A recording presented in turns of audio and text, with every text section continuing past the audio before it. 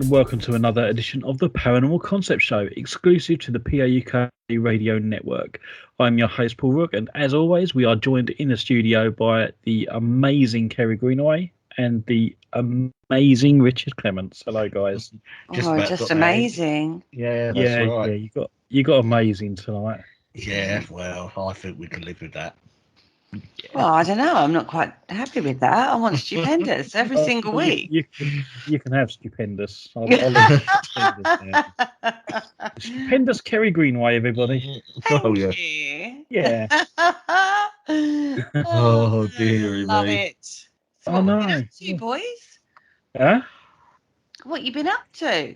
Oh, lots of things. I've been helping my parents move into their new place, so I've been busy doing that. Yeah, it's been busy few weeks for me.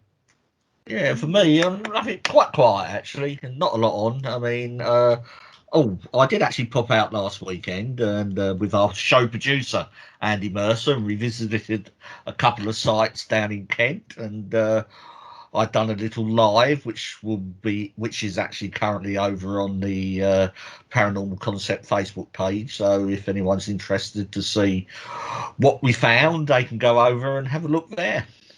So you've both been very busy boys. We have. Yeah, I suppose so. Yeah, thinking about it. Well, with that in mind, we haven't actually got a guest tonight. I know, boys. I'm making you work tonight. Oh, well, in that case, I've got something to do. I'll be back in a little while. Yeah, same here. What's you got planned for us?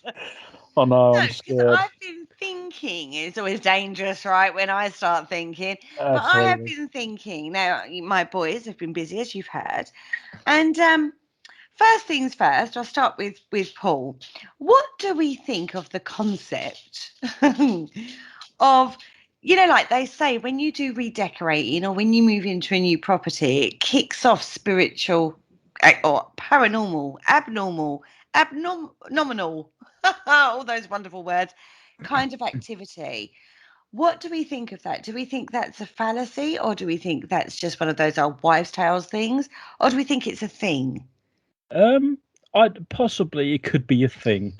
I mean, in the UK in particular, there's a TV show called Ghosts. I don't know if you've seen it, Kerry. No. And it's basically about this manor house that has been inherited by this daughter, and she can see spirit. So she walks into the house and she sees the old housemaid. She sees the old like a caveman that lived on the land before the house was made. There's a scout leader that was killed in the grounds. All their spirits are in this house, and she sort of lives with them. And when workmen come in, they don't like it. It's like they're changing their house. They don't like it, and they obviously, for the purposes of the show, they do all sorts of stuff to make these workmen run away in terror. But because they're ghosts and they literally can't pick things up and stuff, it's quite amusing. It reminds me of an old TV show. Richard might remember this one. What was that show called? It was The Ghosts of Ridley Park or something. Oh, I don't know. Was it Ghost of Mrs. Muir or something? I can't remember. It wasn't the Ghost of Blythe Manor, was it? No, that's it wasn't Blythe. Oh God, that's going to bug me now. If any listener knows what program is going on in my brain, then it wasn't a kids program. There was a kids program that was similar to that as well, but it was on BBC One. It's on a Sunday evening, and it was very similar to the concept that you're talking about. Yeah. So it has been quite common, actually. In fact, when I was researching East Drive, I was talking to a couple of electricians and builders because of the well saga that rattles on about that particular place. Yeah. And of course you go, why do you want to know? Are you looking to do the building work? And I was like, well, no. So you go into the story of I'm researching this project, blah, blah, blah. Anyway, they were like, wow, now you're talking ghosts. There's some pretty strange things that we've come across. And they start telling you their ghost stories and of things that have happened on properties that they've been doing. So when you said you were, your parents were moving, you were helping them to do that, this sort of triggered my thought pattern on this one. Um, but why? Just because a spirit who's hanging around doesn't like it? I don't know if I would hang around the house that I'm in. Well, I mean, to be fair, the house that they lived in before, leading up to the move, they were experiencing what they claimed was paranormal activity. And I actually got to stay in the house the day they moved.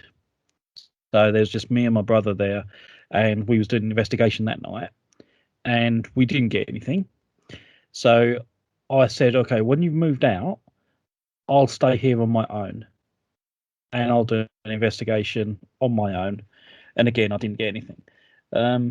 But my mum reported seeing like shadow people and noises and unfamiliar smells, and just stuff like that. And it was quite interesting to hear what she was saying, but I didn't pick up on any of that.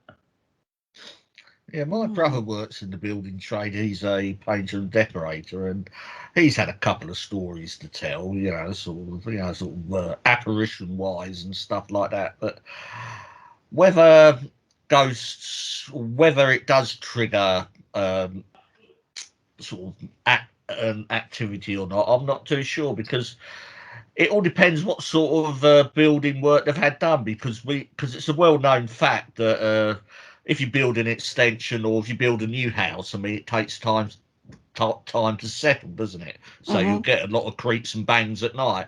And if you've had just a bit of work done in an established house, surely if you have a conservatory added or something like that, I mean, and that can sort of will make a few creaks and bangs during the night, during the wee small hours, and as it settles. Yeah, true. So, there's... It's much more fun to believe that there's a group of ghosts walking around going, I don't want you to do that. I don't want you to put that door there. It doesn't belong there. True. There's that factor too. But I'm just trying to put a different edge to it. Yeah.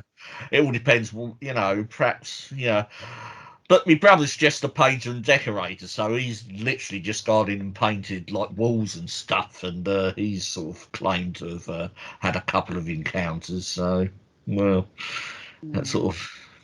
As long as he doesn't use railway paint. I think these days we don't get the connection that people used to have back into there. I mean, if you go back in time, you don't even have to go that far back. I'd say like late 1800s, early 19th century, when you had the grand manor houses and they'd have a full complement of staff, like the butler and the housemaids and the cook and the housekeeper and all that. Oh, we're talking Downton Abbey, aren't we? I'm talking Downton Abbey. I've been binging Downton Abbey recently. But when you look at that, this is what got me thinking, you see. I was thinking, okay, that's, again, another television program, but that's kind of how it used to be in the big houses. Yes, you would have had a lot of staff sort of going about all hours of the day and night. That's right. And you would have had that connection to their job was their life. They would be up at stupid o'clock time of the morning and not retiring to bed until the family went to bed. More or less, yeah. So the lives of the people that owned the property and worked in the property were intrinsically linked, and that was always intrinsically linked to the property itself, particularly the grand estates. And bearing in mind, oh gosh, my son's having a right moment upstairs, isn't he? I do apologise, everybody. The intrinsically, I'm going back to connection, is where I'm going to on this one, is that it was so intrinsically linked together with the property and the title in a way that isn't so much nowadays. That's been eroded over time. It's been evolved over time. We don't have, we still have the grand estates, but they're generally, the historic societies now have them, don't they? Yeah, they're all managed by like English Heritage or the National Trust, to name, but so yeah. And even if the family are still own the property and live in the property, 90% of the time. They've not got the complement of staff that they had. It's a very different setup now to what it used to be. Yes, I mean you usually find if a family does still have the property, they will usually just have apartments to one side or round the back or something, and leave the actual main property to the actual sort of places like English Heritage to maintain. So under those circumstances, I kind of understand the theory of a spirit will hang around because it's intrinsically connected to the building. Yeah, I can see that. Yeah. Yeah. And I could also see that in regards to maybe pubs, where somebody was intrinsically linked, like the landlord, or if you was a regular, people get very connected to that, or used to. Again, that's a dying connection, I would say, to their favourite pub or the pub that was down the road. Do you know what I mean? Yeah, but isn't that just almost like one step away from a haunted object? I don't know. Would you hang around an object or a place that you liked? Because this is a main factor, isn't it, in regards to investigating. We Yeah. go with the belief that the spirits that are there either worked there or lived there or had a traumatic experience there or whatever, right? Yeah. Mm. That is basic Ghosts 101, isn't it? That's the Yeah, but theory. they're sort of going to places that they liked and stuff. So with an object, it's just that their part of their energy is connected to that object. Mm-hmm. So as I said, it's just one step away from haunted objects, really.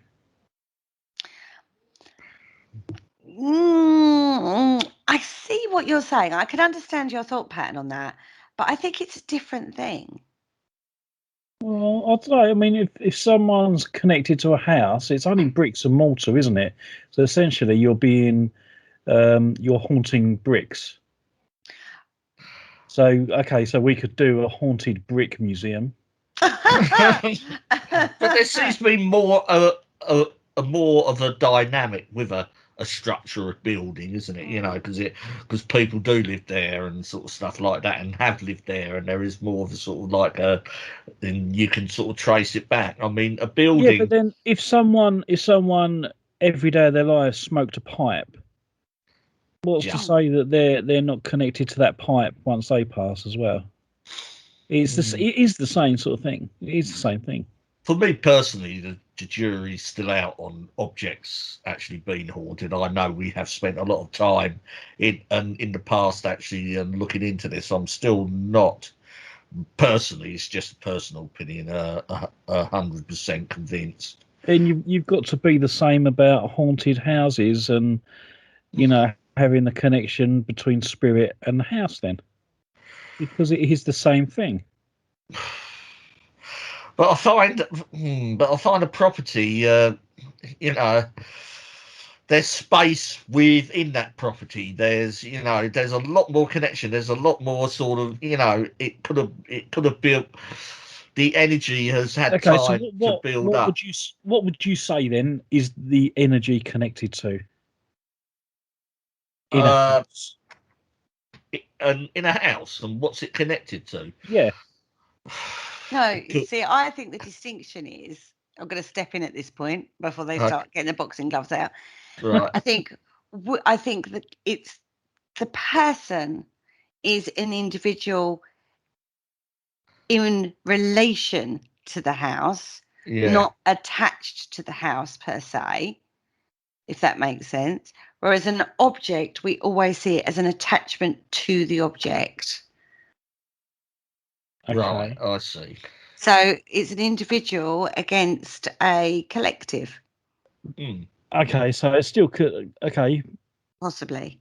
if we remove the fact that it could be attached to an object, then using the same logic of it being what word did you use? To a house. A choice.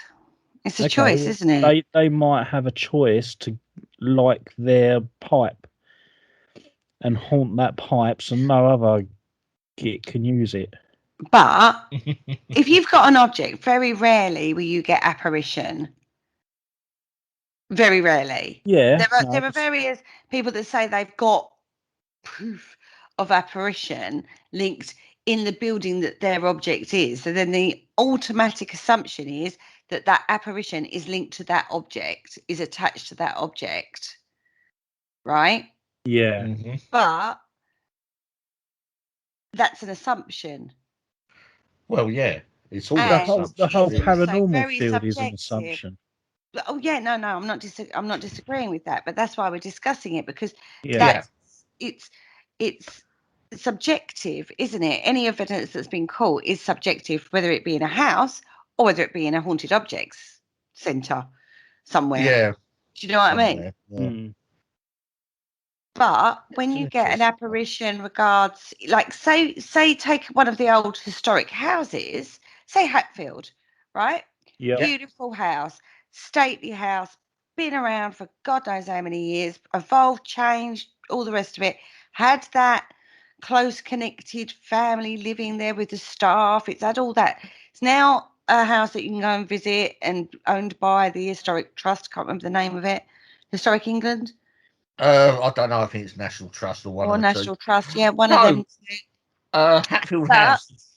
when you The families still own an Hatfield House. yes, I know they do, but they live in apartments. So what I'm saying to you is, if you saw an apparition there, you wouldn't think it's attached to an object there. It's attached to the house. It's part of the house. It's part of a history, residual replay of a moment, right? Like if you saw like a grey lady sort of going down a corridor, yeah, I can. You You would. wouldn't you You wouldn't would have. jump to that assumption that it was linked to an object. You Whereas would. if in a haunted antiques place or an antiques place, Yeah. yeah, you kind of automatically jump to the assumption it's linked to an object when it could still be the place. Yeah. Yeah. And again, you could still you jump to that conclusion in a house as well. But That to get it's linked to the house and not an object when it might be an object that triggers it. effects from an object, it usually takes a group, doesn't it? I've sort of noticed, especially in the places I've visited. Take for example the spirit of Anne Boleyn. Now, nearly every haunted place we've been to has always had a claim to have, oh, it's the spirit of Anne Boleyn. But is it Correct. because of the house, or is it because of an object that she had that she still pays visit to, or No, that comes down whatever? to history, and people will see a lady in like in period costume, and jump to the assumption that it is Anne Boleyn when it probably could just be a lady. It could be any old lady that wore Yeah. in that time period. A But lady. people, because of the history of the place, and it's the famous history of the place, and Yeah, she is such an iconic character through history, Anne Boleyn. Yeah, that yeah, they want it to be her. Yeah, And also, it's headline grabbing. yes, there's a lot of vested interest if you can have your sort of house up there on the list that is haunted by Anne Boleyn, and she's very busy, as we all know. yeah, And so, absolutely. same as King Henry. Yeah, Yeah, He's very and famous too. and Henry VIII. Yeah, I'm sure he clatters around a few places out there. Clatters around. What a turn of phrase, everybody. So no, I can't, but you can't argue it either way, can you? This is the point I'm trying to make. You can't argue it either way. Not one theory fits all. No, no, that's that's right, and you can apply that to everything in the Everything. paranormal. Yeah. Because you could still argue, yeah, I saw a spirit, but you don't until you can prove that you see that spirit. It's only an alleged sighting, but at the same time, who's to say that in 10 years' time that sighting is would be explained? Mm. well, yeah, Therefore, it's just an unexplained occurrence until it has been explained, and that means there is no paranormal. Not necessarily. I can see what you're trying to get at, Paul. Yeah. But So you're saying if science proved that there was sort of like another dimension, and that could be what we're saying, that's like playing alongside ours. If science explained it, then it's not paranormal because you've explained it yeah, Yeah, and proved you've it. explained it, and it comes into because the as realm of soon as science and the normal. I mean, like, take for example some of the photographs that have been taken well in the past. I mean, was it the brown spirit or whatever? I Raynham don't know. Hall. Yeah, Raynham Hall, the brown area. Yeah. you know that has been classed as a spirit for like a ghost for ages, and Mm. then along comes science and said, well, actually, no, this is exactly what it is. So it's been debunked. So it's no longer paranormal, or what we class as paranormal. Mm. So technically, going back, it isn't paranormal. It's an unexplained occurrence on a photograph, and then we've explained it. So now it's debunked. We know exactly what it is. It's So really, there basically isn't double anything exposure, isn't it? paranormal. Which at the time the photograph was taken, I mean, and photography was not really sort of as widespread as what it is today. I mean, everyone takes photos today, but back then, only photographers would have taken photos, and they would have had the know-how of how to manipulate them, I don't especially believe through that they double. deliberate. No, I don't believe they deliberately did that. Oh, come on, the spirit, the Victorian spirit photographers. Oh no, them. Yeah, Yeah, but I thought you were talking about the brown lady. yeah, I yeah. don't It's a think bit. actually the Victorian spirit photographers were that um, clever about it. I think they knew exactly what they were doing, and it Yeah, was a way of making a fast buck. hmm Like they were like a they fraud knew situation. exactly what a Yeah. double exposure was, but sort of Mm. like the lay people didn't. No. We wouldn't have known the secrets of photography. No. It's a So it's funny one, isn't it? mm, Yeah, but when something strange happens that you can't explain, it's an unexplained occurrence, not Hmm. paranormal. well, yeah. I mean, if you look at it like that, yeah. But you can't discount everything that not everything is going to be able to be explained, I don't believe. I think too much personal experience and the human factor No, of it all no, I think is I is think too given time, broad. given time and enough science and money applied it, chucked at it, everything could be explained. Everything, even if you do have to go into quantum physics and things like that. One and day we will understand why these things occur. that's the problem we have. It's just the major and institutions who would be tasked with doing this or not. They don't Yeah, get funding to do paranormal research because it's a question. And I've often put this out there, and a lot of people look at me as if I've got sort of holes in my head. But if we did explain the existence of ghosts, what does that and how do we benefit from it? We don't.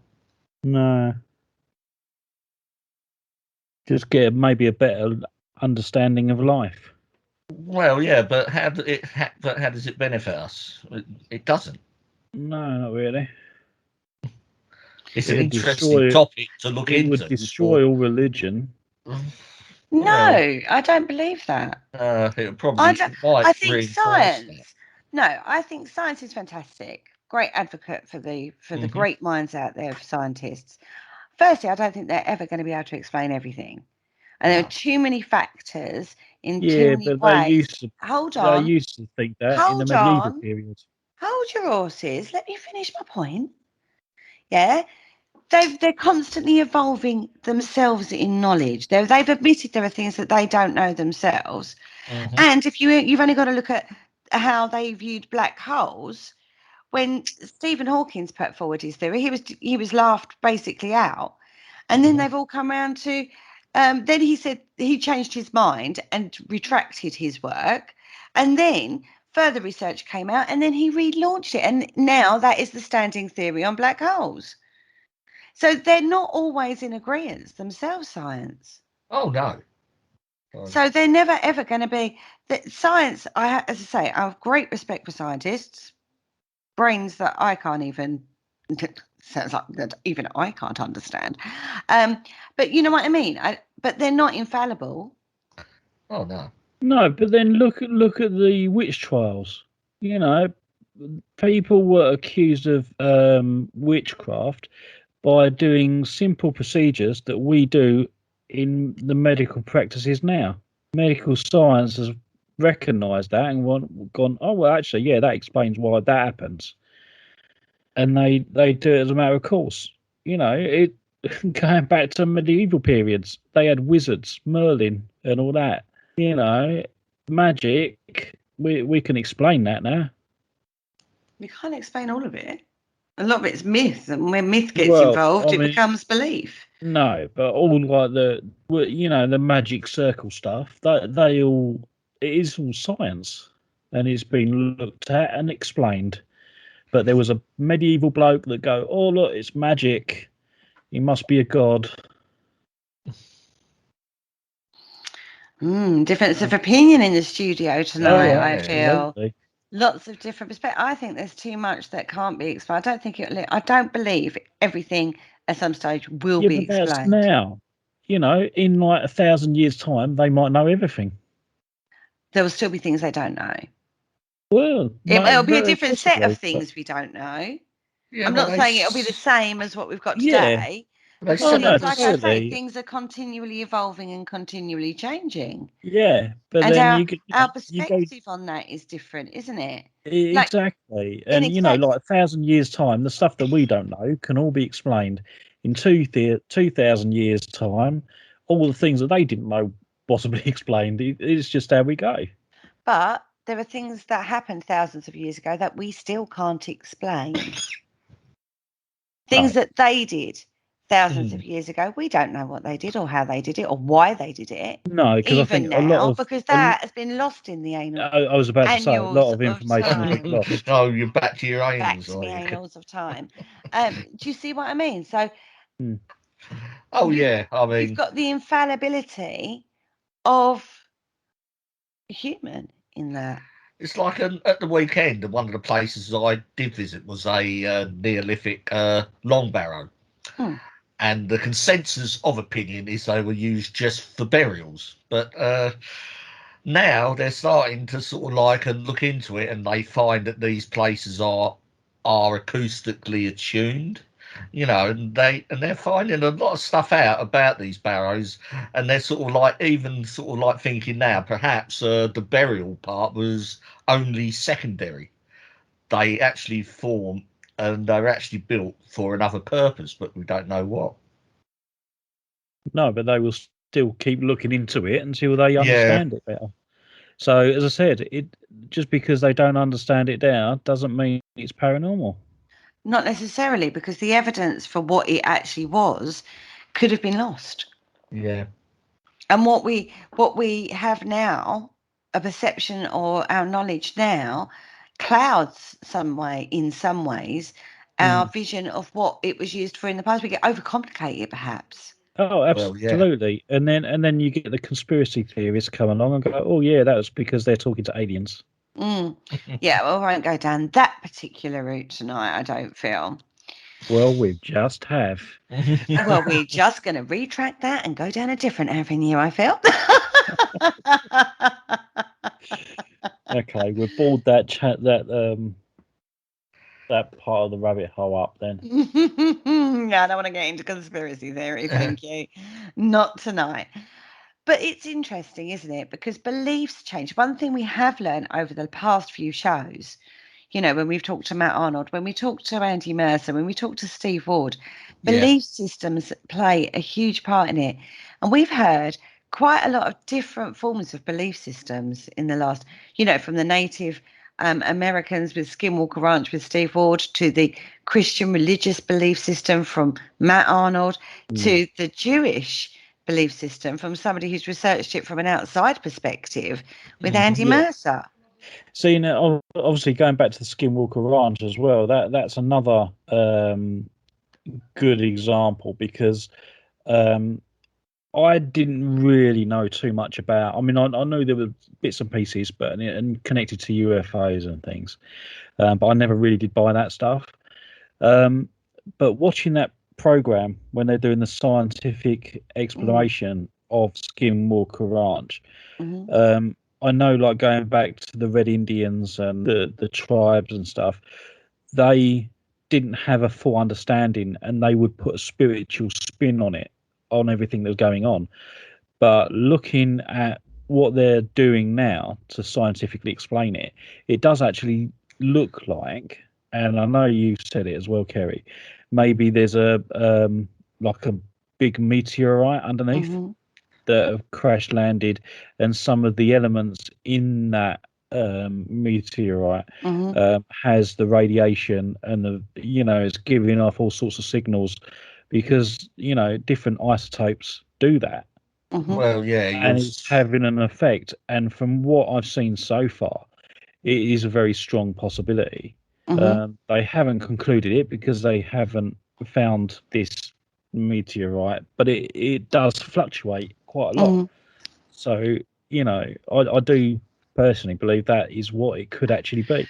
So eventually, when they do eventually start digging it all up and stuff, and if they do find a meteorite, they can say, right, well, that's exactly what's been causing this stuff going on all these years, and the Red Indians were wrong.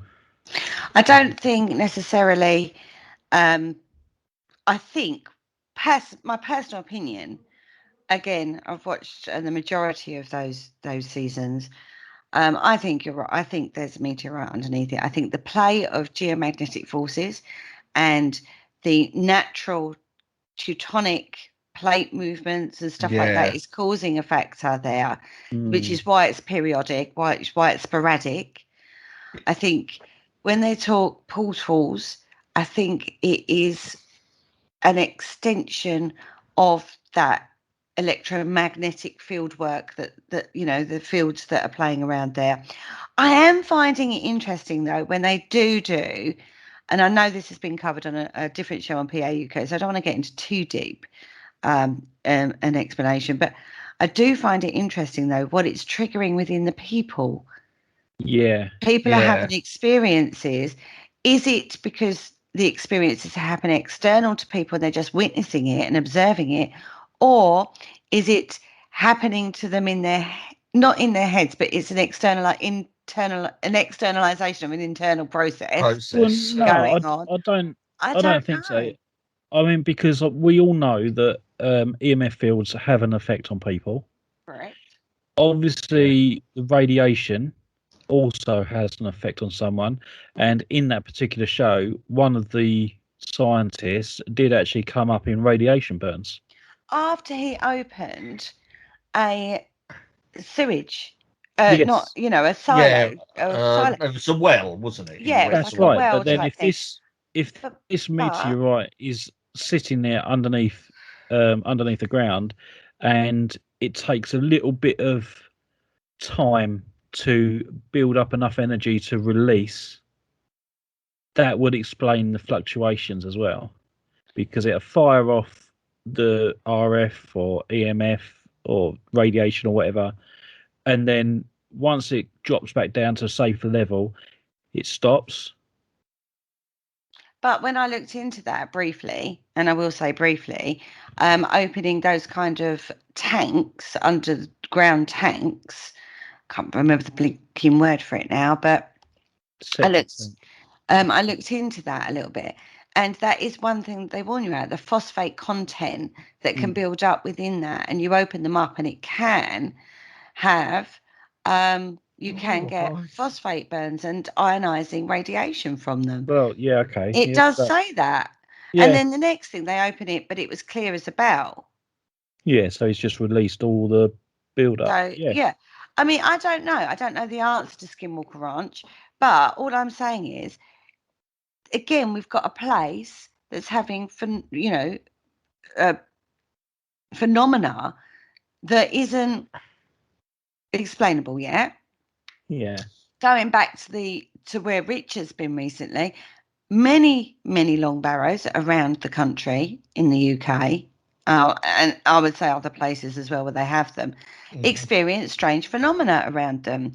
Now, that isn't a meteorite kind of scenario. We're talking like human-built barrows, Yeah. where phenomena is experienced by people. Weird phenomena that can't be explained. Now, is it the site they choose to build these barrows, or is it the barrows themselves? Because there's one thing they do all have in common is they're all built from stone. So. And they've dug some of those out, and there's nothing abnormal in regard to the geological, the geology or anything. And they're not underground; they're built, right? Yeah, they're built above ground. Yeah, they're sort of just covered. They're sort of like stone structures, just covered in earth. So you can't then. It's again not one size fits all. No, but again, look, using the logic that I'm thinking of, you can't say that it's paranormal because one day someone will come along and go, "Well, that's what it is," and then they've probably debunked it and offered scientific evidence and proof to back it all up. So it's the accepted explanation, and it's debunked, and it's no longer what people term paranormal. No, but until that does happen, it will stay in the realms of the unexplained. Which no, that's what I'm saying. Does. When people's going on about, I've had a paranormal experience, and they haven't. They've had an unexplained.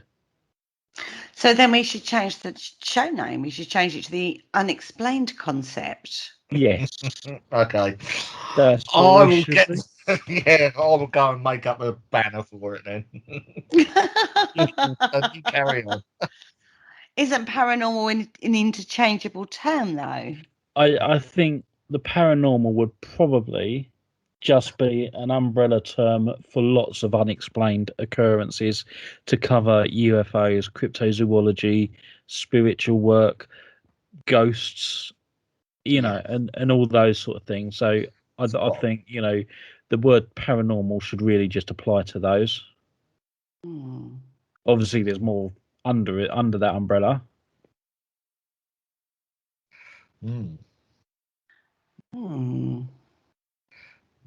But paranormal is more of a collective term as opposed to an unexplained occurrence.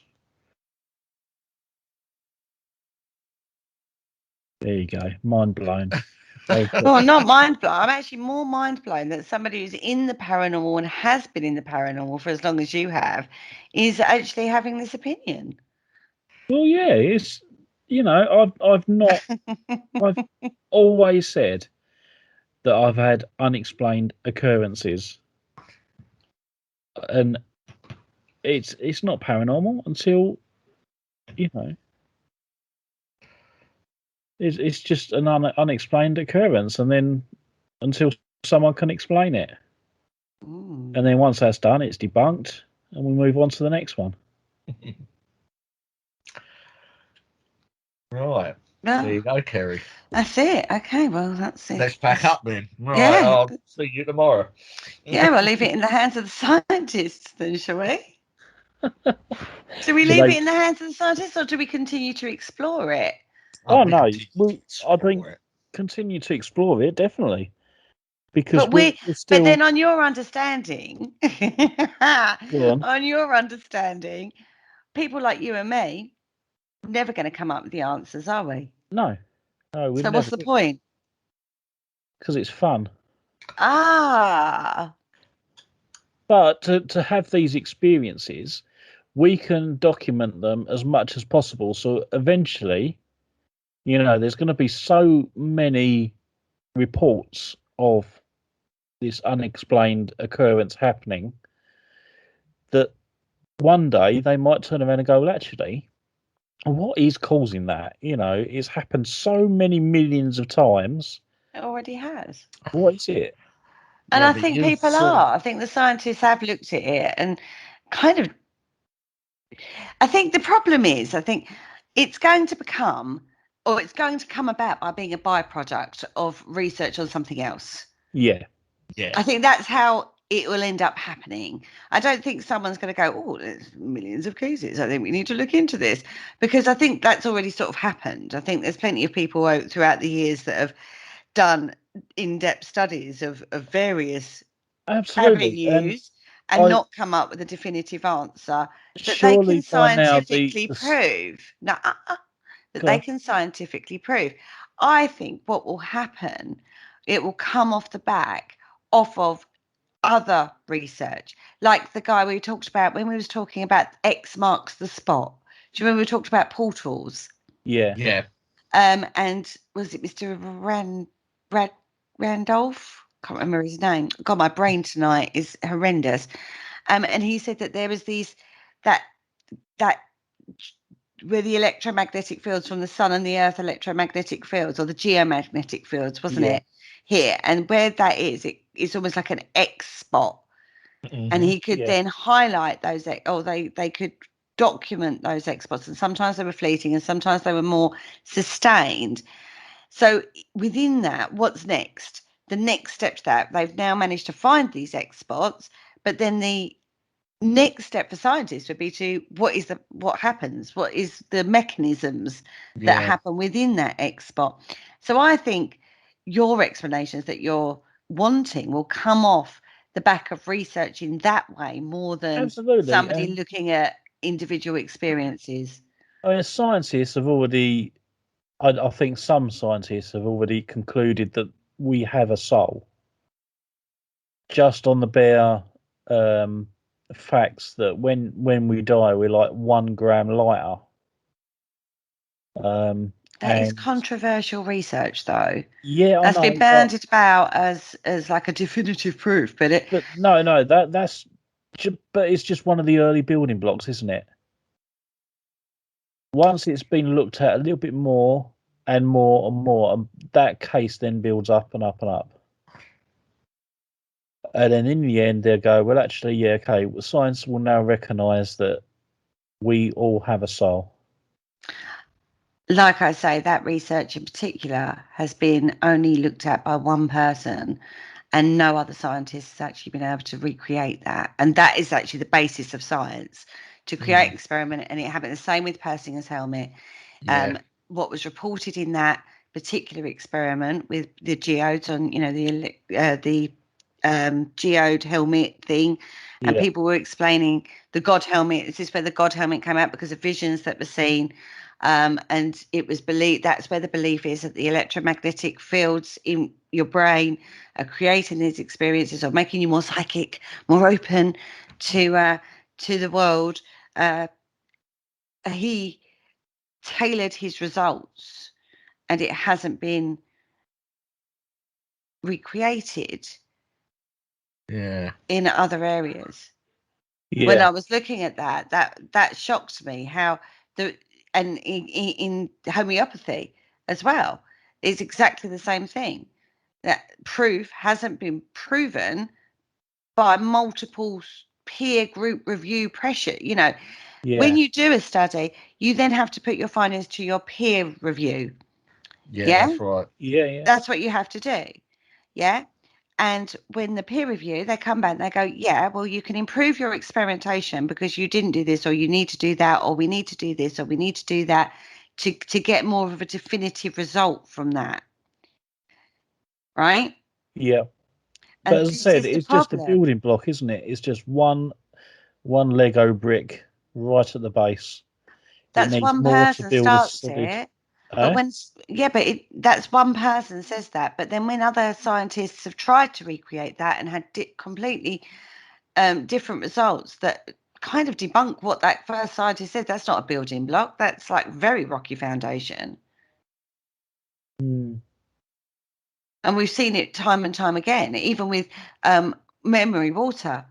When I looked into water holding memory Yeah, but by then that's how. Dr. K, even his doctorate was dodgy. I But then could have bought that's one how from science India. works, isn't it? It's just coming up with theories and Hmm. then seeing whether they Proving hold water or not. Exactly, but most of the theories that people band about in the paranormal have actually been looked at by peer review and rejected and not taken forward because they're not holding the results that the initial person has said. Yet the initial person is banding it around in the paranormal field, or it's being bandied around in the paranormal field as definitive proof, and it isn't. No, that's right. Yeah. And this is the main issue. The same, exactly the same as the full moon having an effect on people's psychology. That has been looked at scientifically, Yes, and has there's been no evidence to back it up. Yeah. Yeah, experience. When you talk to various peoples, definitely the belief is out there. So our belief is colouring what we agree or disagree. We've got confirmation bias going on here because exactly, because the scientific proof isn't backing up our belief system, we dismiss it. Mm. We believe that water holds memory, right? Yeah. But when you look at the scientific proof on that, there's nothing to back it up. And like I say, where that initially came from, which was a Dr. Momoto or something like that, it was. Again, I might have the name slightly wrong there. When you look at that, his doctorate is questionable to start with. Not only that, but his findings weren't backed up by peer review or further scientific research. And yet I see those images all the time out and about in the spiritual field. Yeah. Persinger's helmet. I've seen that quite a lot. Since I Another wrote thing. that blog on it, it's sort of gone wild. When you look at the initial research and the initial findings of that research, only something like 1% of people had the God helmet or the God experience or the bad experience. A lot of people didn't have any experience at all. Yeah. But the majority of non-experience against the small percentage of people that did, people now are going with that. I'm just arguing the point. I'm playing devil's advocate here. But it's great that people are having these ideas and trying the experimentation to see if it works. Yeah.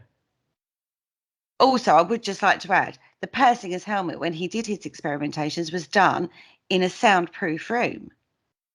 That's right, yeah. And that in itself can cause problems. Yeah.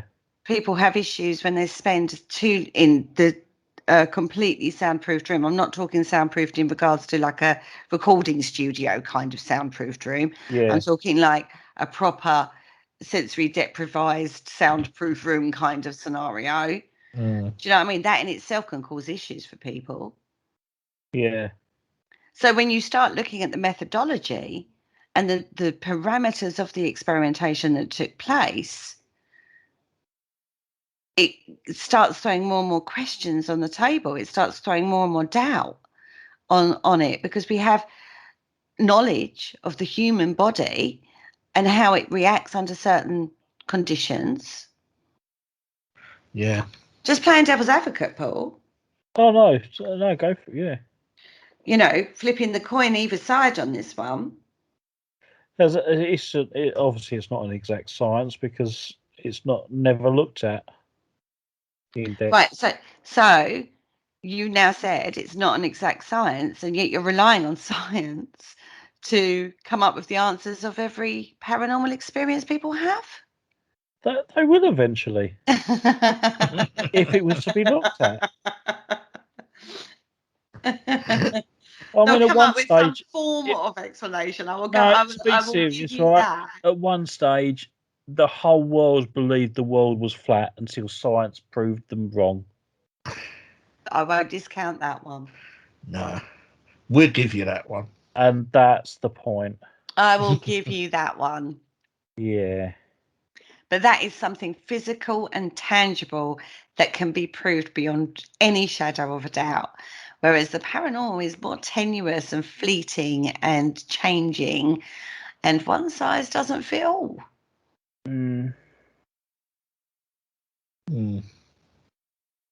Next topic. Okay, next topic. Plenty of food for thought there. Right.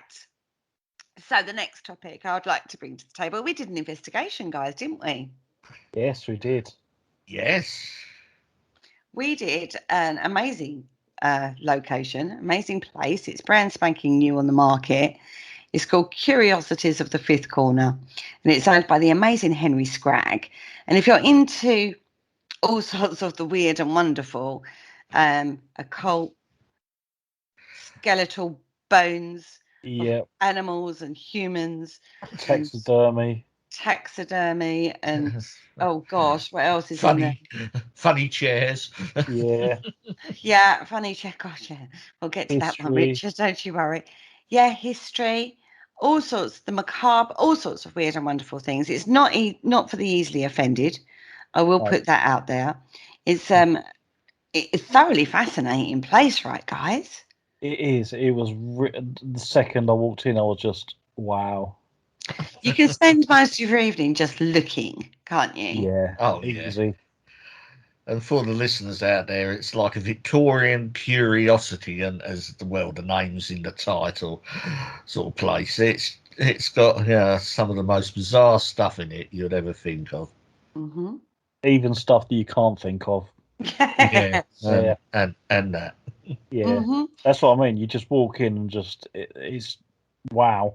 Mm. So, guys, if you are after a human skull or a vertebra or a animal skull or anything like that, then go check his website out. Curiosities of the Fifth Corner.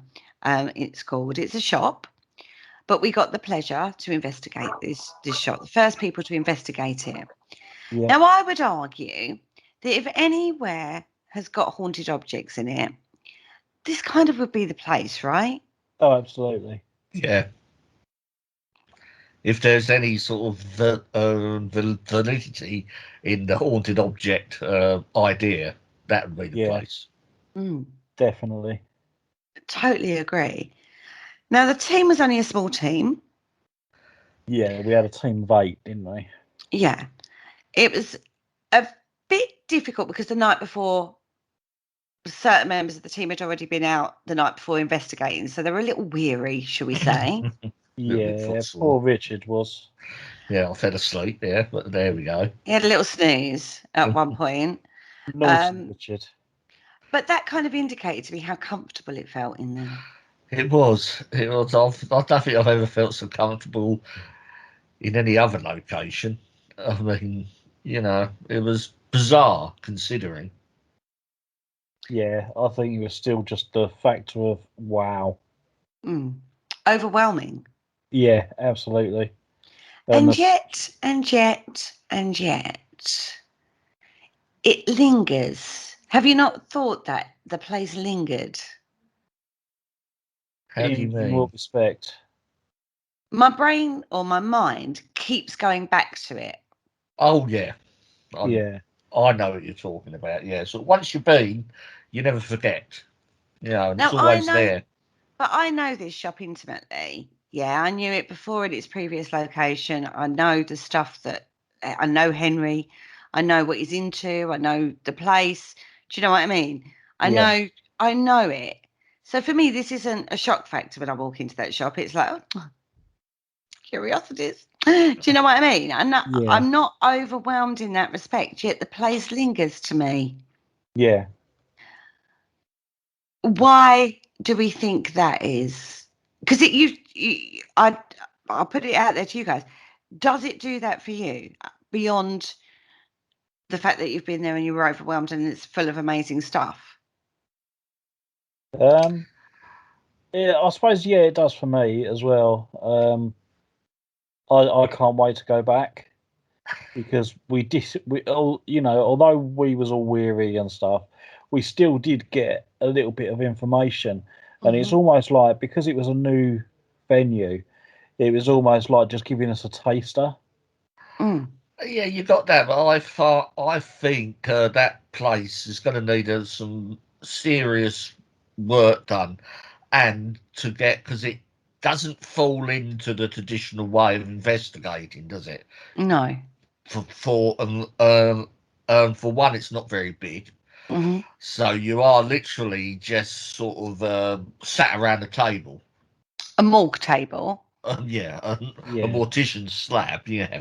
But, and you can only do it with 8 people. I mean, and that's going to take a bit of work. It'd be interesting to see what other teams get from it if they decide to go in. But it's going to take a bit of work and a new approach. And I just hope there's people out there, or us in general, that are prepared to put in the hard yards and sort of go out on a limb a bit. Absolutely. I mean, I'll be going back definitely. Mhm. I'll probably do about 2 or 3 sessions a year, but I would keep going, year after year, um, and doing investigation experiments with some of the artifacts. Um, I mean, there is that one particular artifact there that Henry will not sell, so it'd be good to work with that again. Mary. Yeah. Mary, Um, yeah. Mary is just a skull that he's Yeah. got, but it still has human hair, Mhm. and I think skin's still on it as well, isn't it? And it's got a complete set of false teeth. Yeah, it's got a Yeah. complete set of false teeth. But it would be good to, keep working with that and see what we get each time, and see if we can get, build up more of a picture about this person's head. Mm. Um, Obviously, that's more of a spiritual experiment, but you can do a lot of Victorian seances. It's going to be perfect for, you know, Yeah, Yeah. which I suppose, yeah, which is slowly coming back into the paranormal field at the if moment. if you You get a know, good medium in there, a good one, it'll be Thanks, interesting. Rich. Well, someone that's used to doing like a Victorian sort of seance and sort of stuff like that. I mean, I do know you do work like that, Kerry, but I've never seen you really go for it. yeah, we had 3 good mediums that night. Clearly not. Yeah, I think you come into your own though when Richard was asleep, so he didn't see that. Yes, I Yeah, I did think so. see that. Yeah, I That's it. think You done he your must best have work missed that then. bit. Yeah, I think the problem with it was, where do you start? yeah. Are It's when we first started, it was one of those, right, okay, let's bed down, right, okay, what are we going to do? So we did some scrying. Um, we did a little bit of scrying just to settle people down, really, to yeah, focus their minds and settle people down. Things were physically affecting various members of the team at yes, various times. I mean, I don't get chest pains normally, but I was getting chest pains that night. Another member of the team was feeling very sick. Another member of the team was getting a really bad headache, but it seemed to affect the females in the group, not the males Hmm. yeah. in We the group. did. That was to do with the Victorian birthing chair, Yes, which makes that interesting. We had Scary Mary, the skull with the hair and the teeth. And we had, I mean, we're talking artifacts that you, as old as Egyptian mummified hands to a more recent skull. There's an eclectic mix yeah. in there. Um, The Egyptian hands were like 2,000 years old, and we Yeah. I didn't get anything off of those though. no, but we had the privilege of at least working with them. Oh, the And privilege, yeah, definitely. yeah, and everything in there is something that you can work with. And it's sort of a rotation, isn't it? Because Mm, sometimes it'll have new stuff in. yeah. Um, It is a so shop, so I think the yeah, stock does change.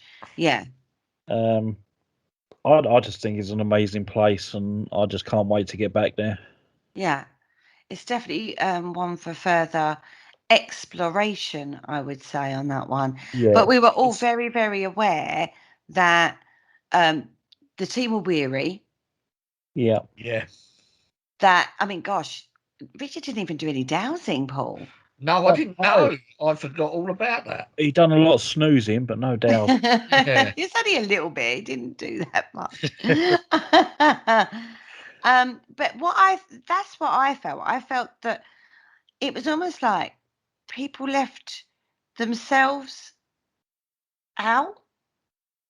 Yeah. Yeah. People weren't acting normal in the way they would normally have.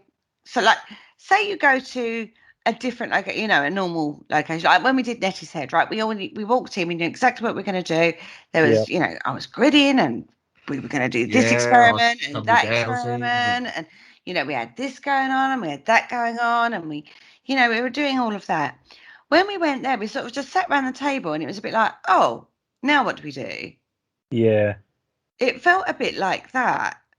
I think it's because it's a new location and we wasn't sure of it. Oh, come on, Paul. We've walked into plenty of Oh places we've never no, been to yeah. before. Yeah. No, you said that. Yeah, I can see what you mean. And the more I think about it, Was it the location? was it a sizing up of us before stepping forward? I mean, we're not talking. Yeah. I don't know. Interesting, very interesting to go back. I'm looking forward to going back and doing some more work there. I will say that. Yeah. Very interesting location. It's phenomenal. Absolutely. I did a few lives from there, and the response was, "Oh my God, amazing place!"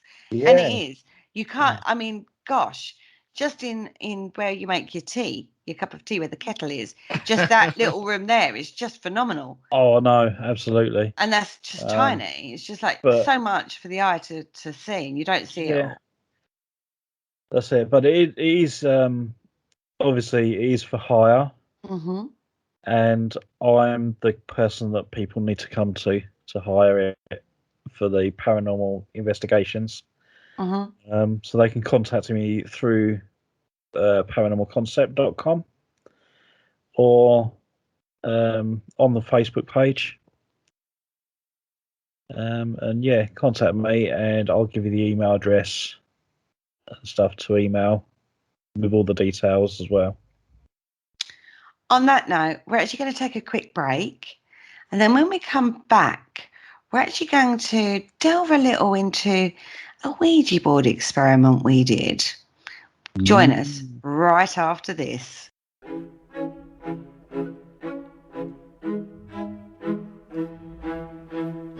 Hello, Harry Price here. If there's nothing me and my friends enjoy more here on the other side, it is to sit back and relax and listen to the Paranormal Concept Show, right here on the PAUK Radio Network. Broadcasting a plethora of interesting and informative content for all your paranormal needs. Find them across social media to keep up to date with forthcoming shows and all their other adventures. Hello, is there anybody there? And welcome back to the Paranormal Concept Show, exclusive to the Paranormal UK Radio Network. Oh, guys, nice little discussion before the break. Absolutely. Yeah. I like these shows. You do, don't you? Yeah. I do like to think I was going to say, you just like to play devil's advocate, don't you? Oh, absolutely. Looking at every angle. I'm Mr. Rook, yes. You can always rely on him. Yeah. You can. Okay, right. Now, another situation has been ongoing for quite a little while with my Mr. Rook, basically. Paul, tell us where it all started from. Okay. Not exactly sure where it started, but possibly about 3 years ago. So it would have been just before COVID. We done an investigation at the HAPRC, the Haunted Antiques Paranormal Research Centre, where I experienced excruciating stomach pain. The only people there was me and Richard. Yes. And Richard thought at one point he would need to call me an ambulance. Yeah. So after he got that out of his system, went, "You're an ambulance." You're an ambulance. After he got that out of his system, it lasted about for 20 minutes or so, and it really made me lightheaded and nauseous. And when we done the Ouija board session on there, it come up with the doctor that allegedly haunts that centre, and he was very taken with me for some reason. And he liked to talk to me, and he'd said that it was him that caused that pain. So we didn't really think anything of it. Spoke to him, and off we went. Then the rest of my team attended the same location, and a spirit called George wanted me to go back. So they told me that the spirit called me by name and asked me to go back. So I was like, okay, we're going to go back, which I did, and then not really got anything major. Then we went to visit another haunted museum in Rotherham, run by Lee and Lindsay Steer. And we got a spirit on the board there that claimed it was from the other centre and asked me to go back. So I'm like, okay, well, we'll go back. And again, I went back, nothing really come across. And then after that session, every time I went on the board, no matter what location I was at, this spirit called George would appear. And it was almost like he was very protective. You know, didn't want any other spirit to communicate with me at all. And it was basically just clogging me up, so to speak. You know, there was no way that I could communicate with spirit through pendulums, the ghost box, anything. And it just caused a halt to all of that. So yeah, that's pretty much the whole story. You did a private Ouija board session at home, didn't you? Yes, yeah, we did a couple of those. And again, he would come through. We tried to talk to him, find out what he really wanted. Apparently, he said that he's got a message for me, but he hasn't actually delivered that yet. So I'm pretty much at a loss. Yeah, he is a bit of a pain in the backside, isn't he, to put it bluntly? Very much so.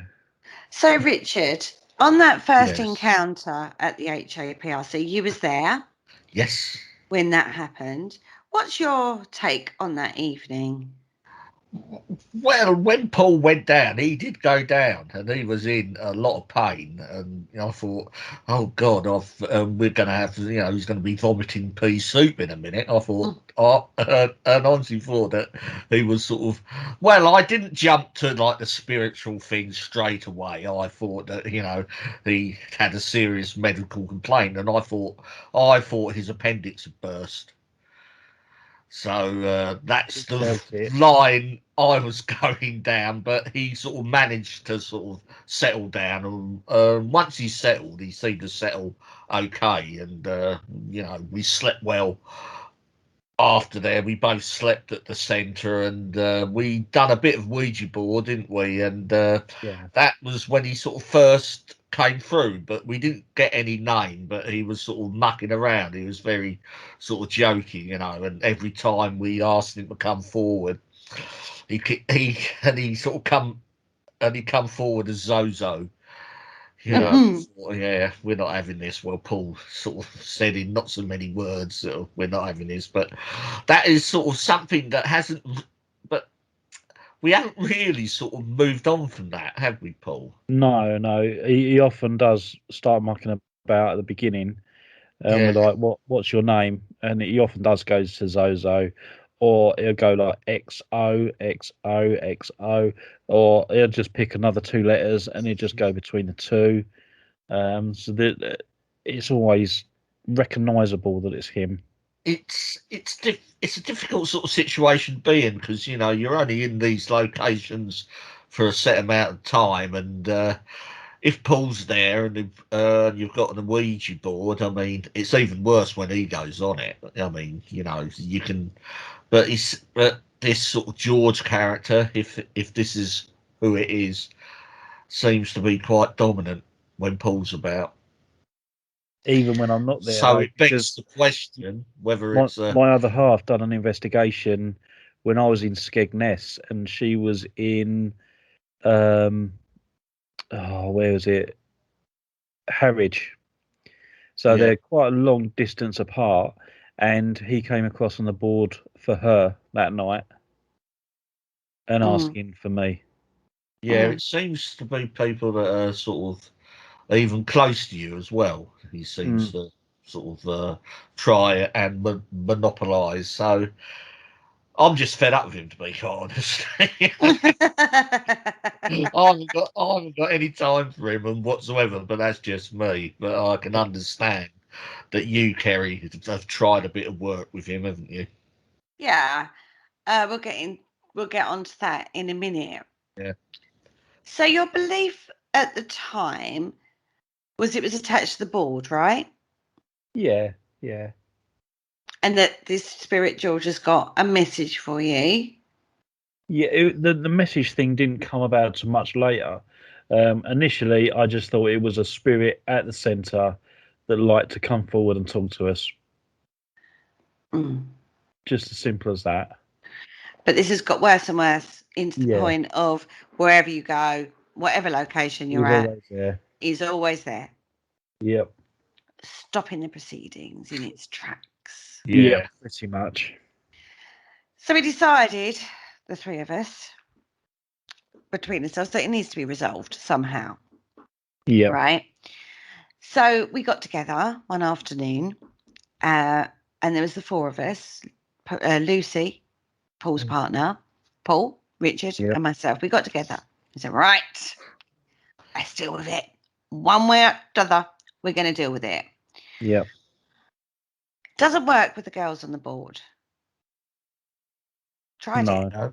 Nothing. Literally dead as a dodo, right? The board didn't move at all. Dead as a what? Dodo. I went do, but I meant dodo. Okay. That didn't sound like what you said it was.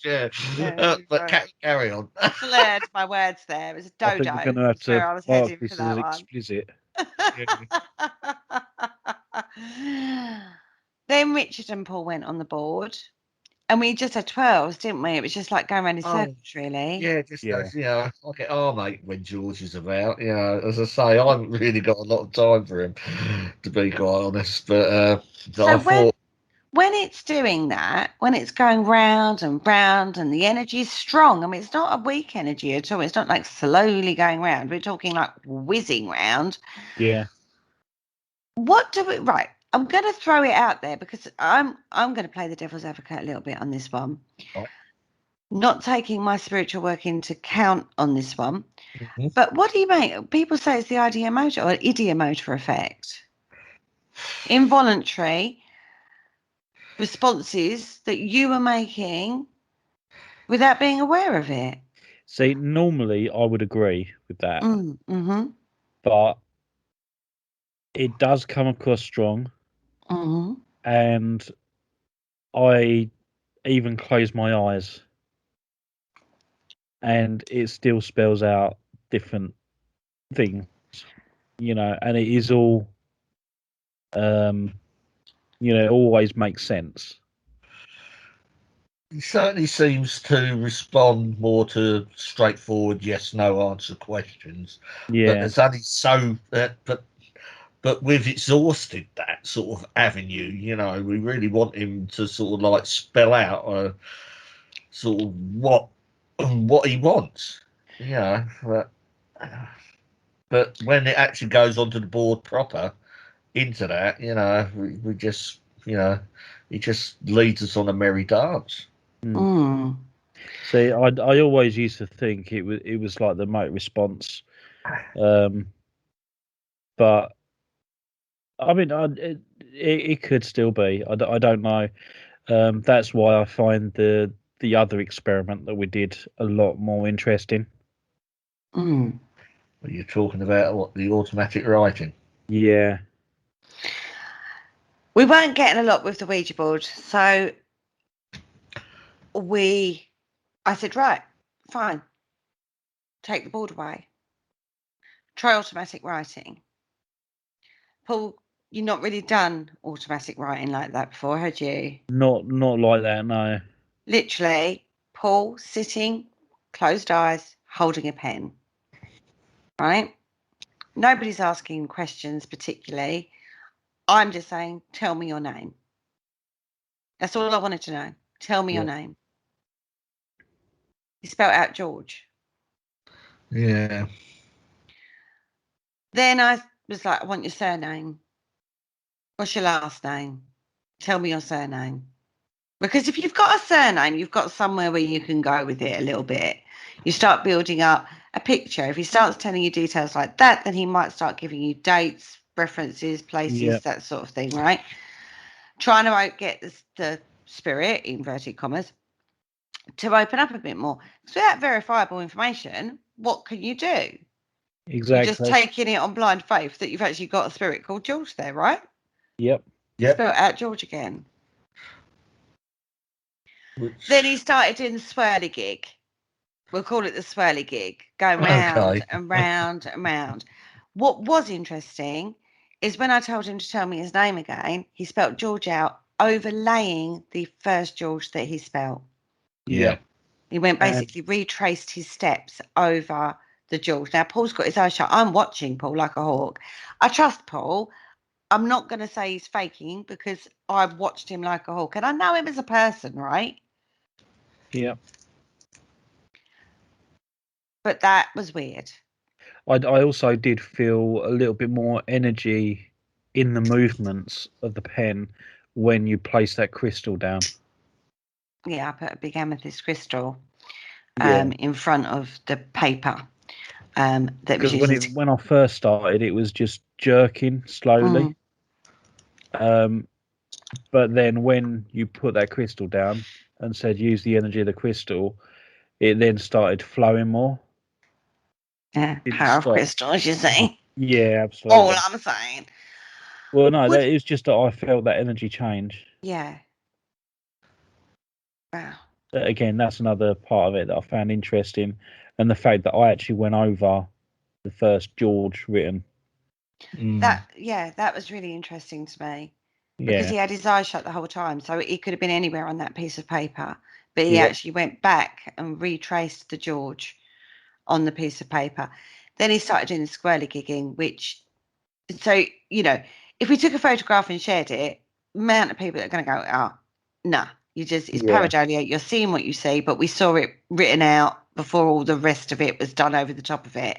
Exactly. Right? So, you'll have to take our words for that, unfortunately. We then went back onto the Ouija board because we thought, right, we've got a bit stronger. Great. Starting to be a bit more active. Right, go back onto the Ouija board. Now, this is where it becomes interesting. Paul's still got his eyes shut. Now, got notes. I've got notes on what was written. Ooh. Now, Richard wasn't on. The only person on the board is Paul. Now, the first word that spelled out was Wogoko. Wogoko. No sense, right? Going backwards and forwards. Wogoko. And now at this time, not looked into it at all, right? I was going, no, you're not making sense. So then he put Binko, Binkok. That was the next set of letters that come out. Again, makes no sense, right? Yep. Then he said on the letters on the board, Biokn. Bioken. Again, really? Come on now, George. Makes sense. You're not making any sense, right? You're a doctor. Doctors can write. Well, yeah. They scribble, they don't write, I don't think. They know letters. Yeah. We're not talking some country bumpkin that could, back in the day where they couldn't read or write, they would use X a lot to sign their names. Yeah. Right?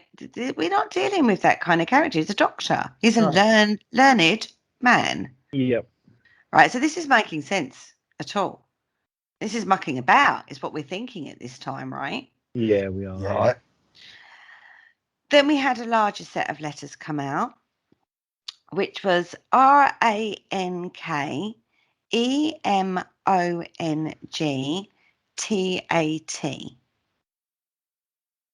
Right? Yep. Again, makes no sense apart from you could play around with figures on that. You know, you could play around with that a little bit, like rank Yeah. comes out of that, the first 4 letters, and then emong, and then tat. Right? Yep. All right. A stretch tattoo, possibly. Who knows, right? Makes So no sense. far, it's just gobbledygook. So far, we're going gobbledygook. I like Right? that word, gobbledygook. Gobbledygook. Yeah, it's a cool word. Then we had a nana. ANANA.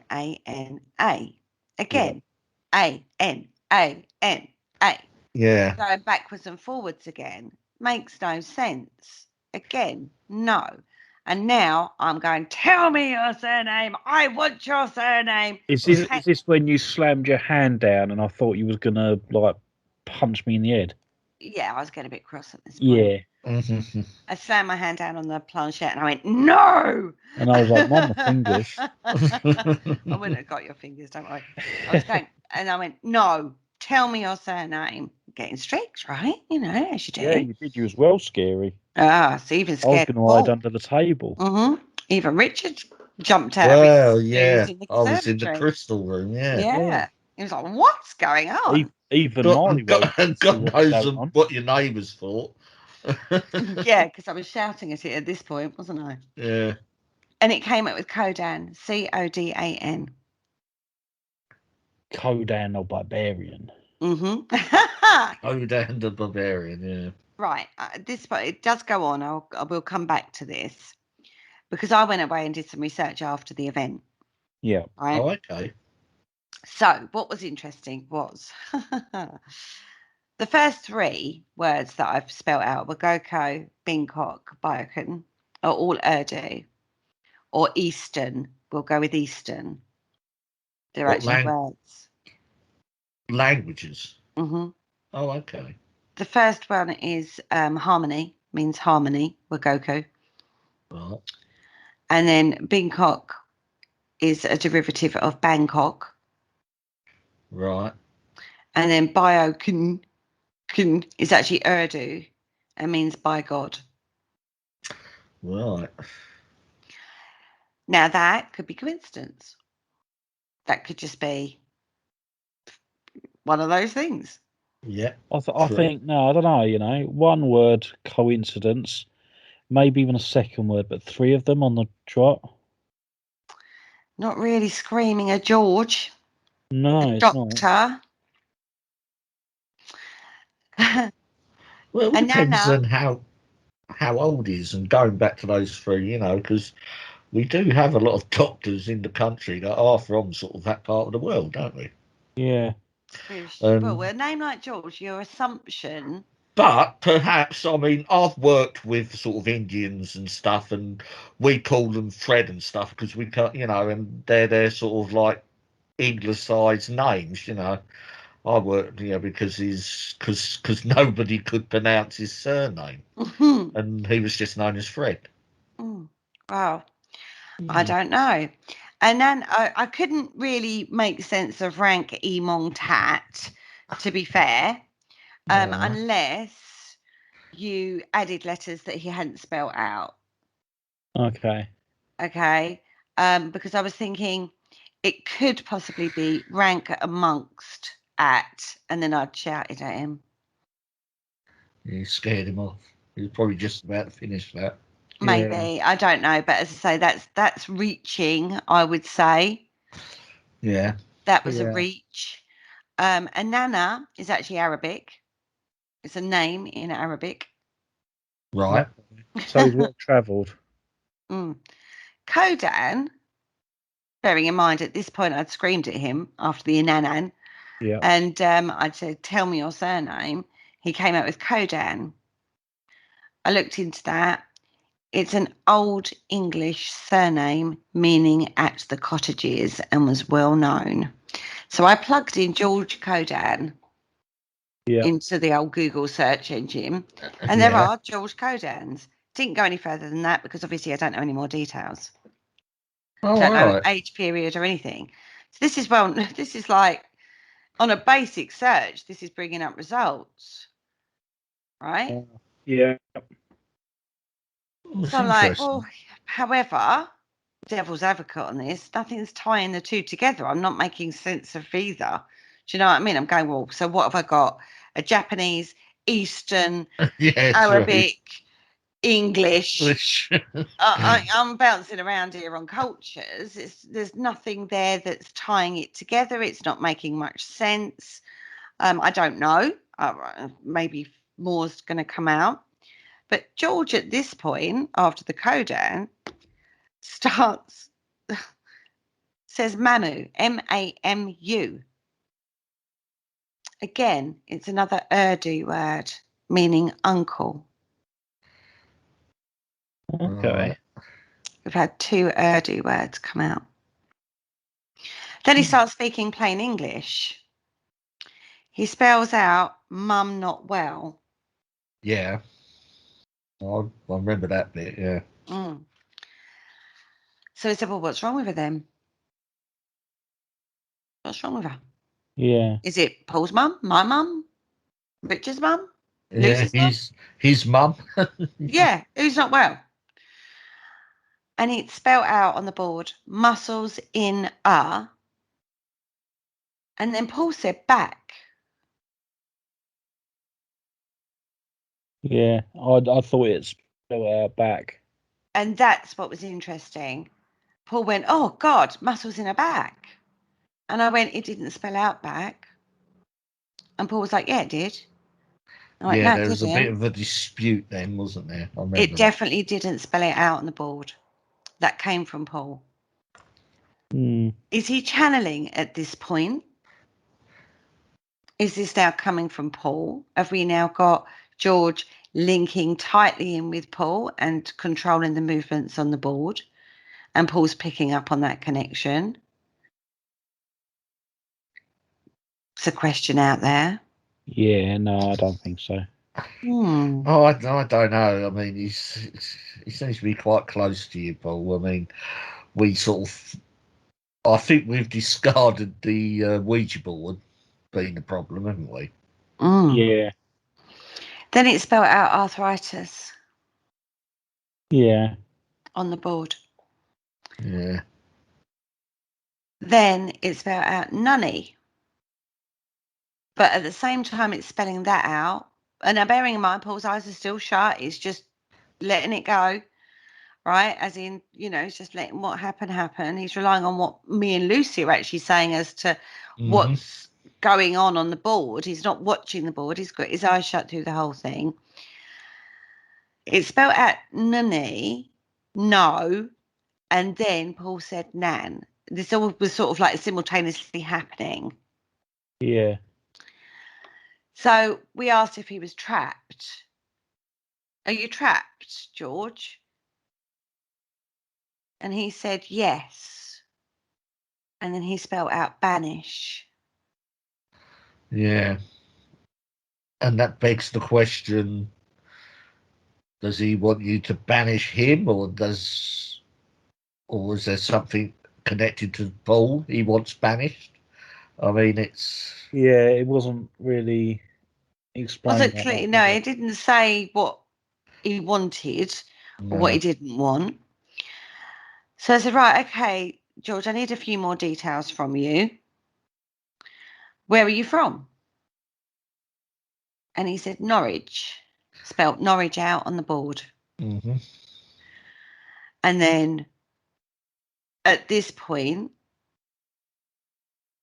are you linked to the bag? And he said yes. Now, we assume the bag is the bag at the Haunted Antiques Research Centre.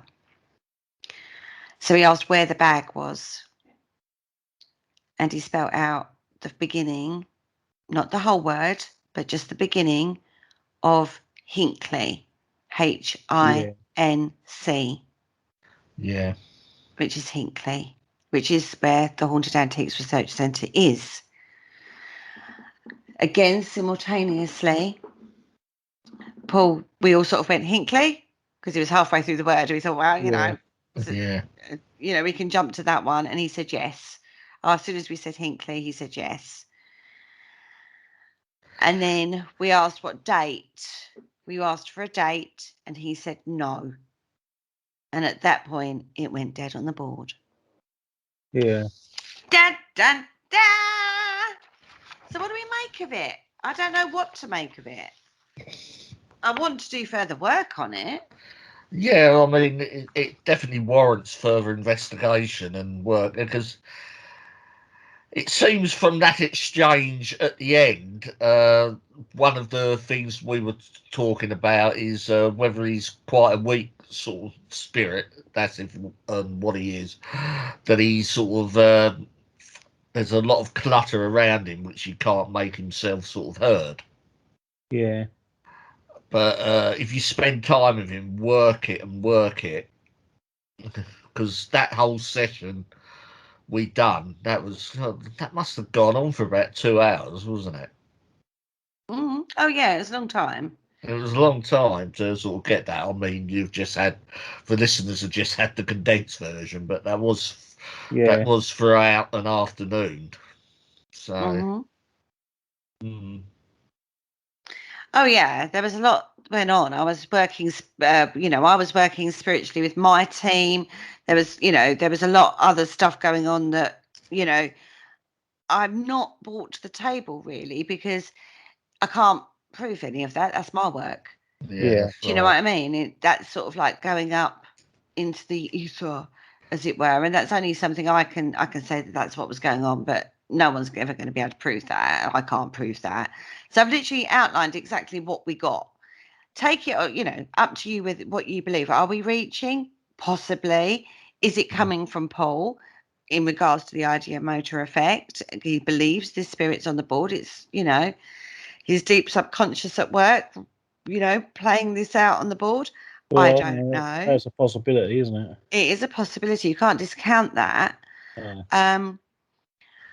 So I don't know is the answer to the question. I want to do more work with George. We'll call him George for the sake of arguments.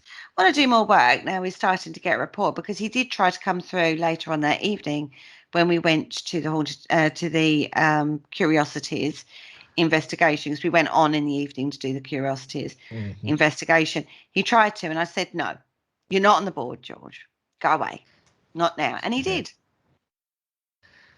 Yeah. He retreated.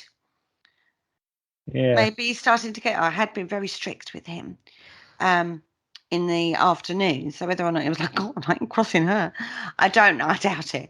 But I don't know as the answer to the question. I'd like to do more work on it. But I thought it was interesting to bring to the table in regards to a discussion point tonight. We've referenced George and the board, and we've talked about this when we did the RAF Netties Head discussion. So, on view of the overall situation now, boys, Right. Yeah. what are we thinking now?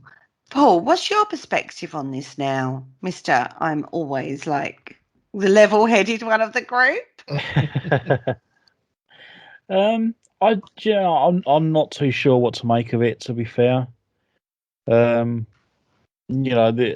This alleged spirit claims that he's got a message for me, but for some reason can't get it to me, despite opening up multiple ways of communication that every paranormal investigator uses out on the field, and yet nothing's come across. So is it my subconscious? Very possibly. Although I do find it really interesting, like when we done the automatic handwriting and I went over the George twice. Yeah. And as you know, I was like, I had my eyes closed, although I could hear everything that was going on. And everything in the background. So yeah, it was a weird sensation, to be fair.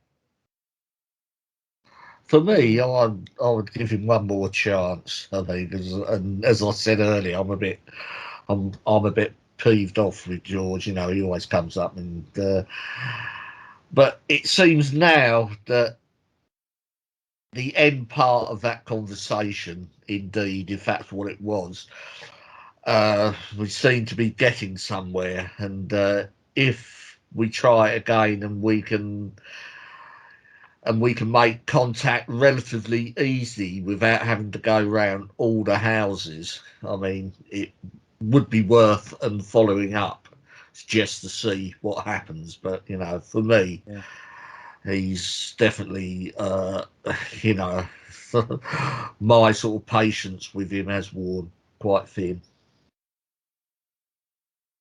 Do you think then, Richard, your impatience with the situation, we'll call it that, Yeah, it would hinder things?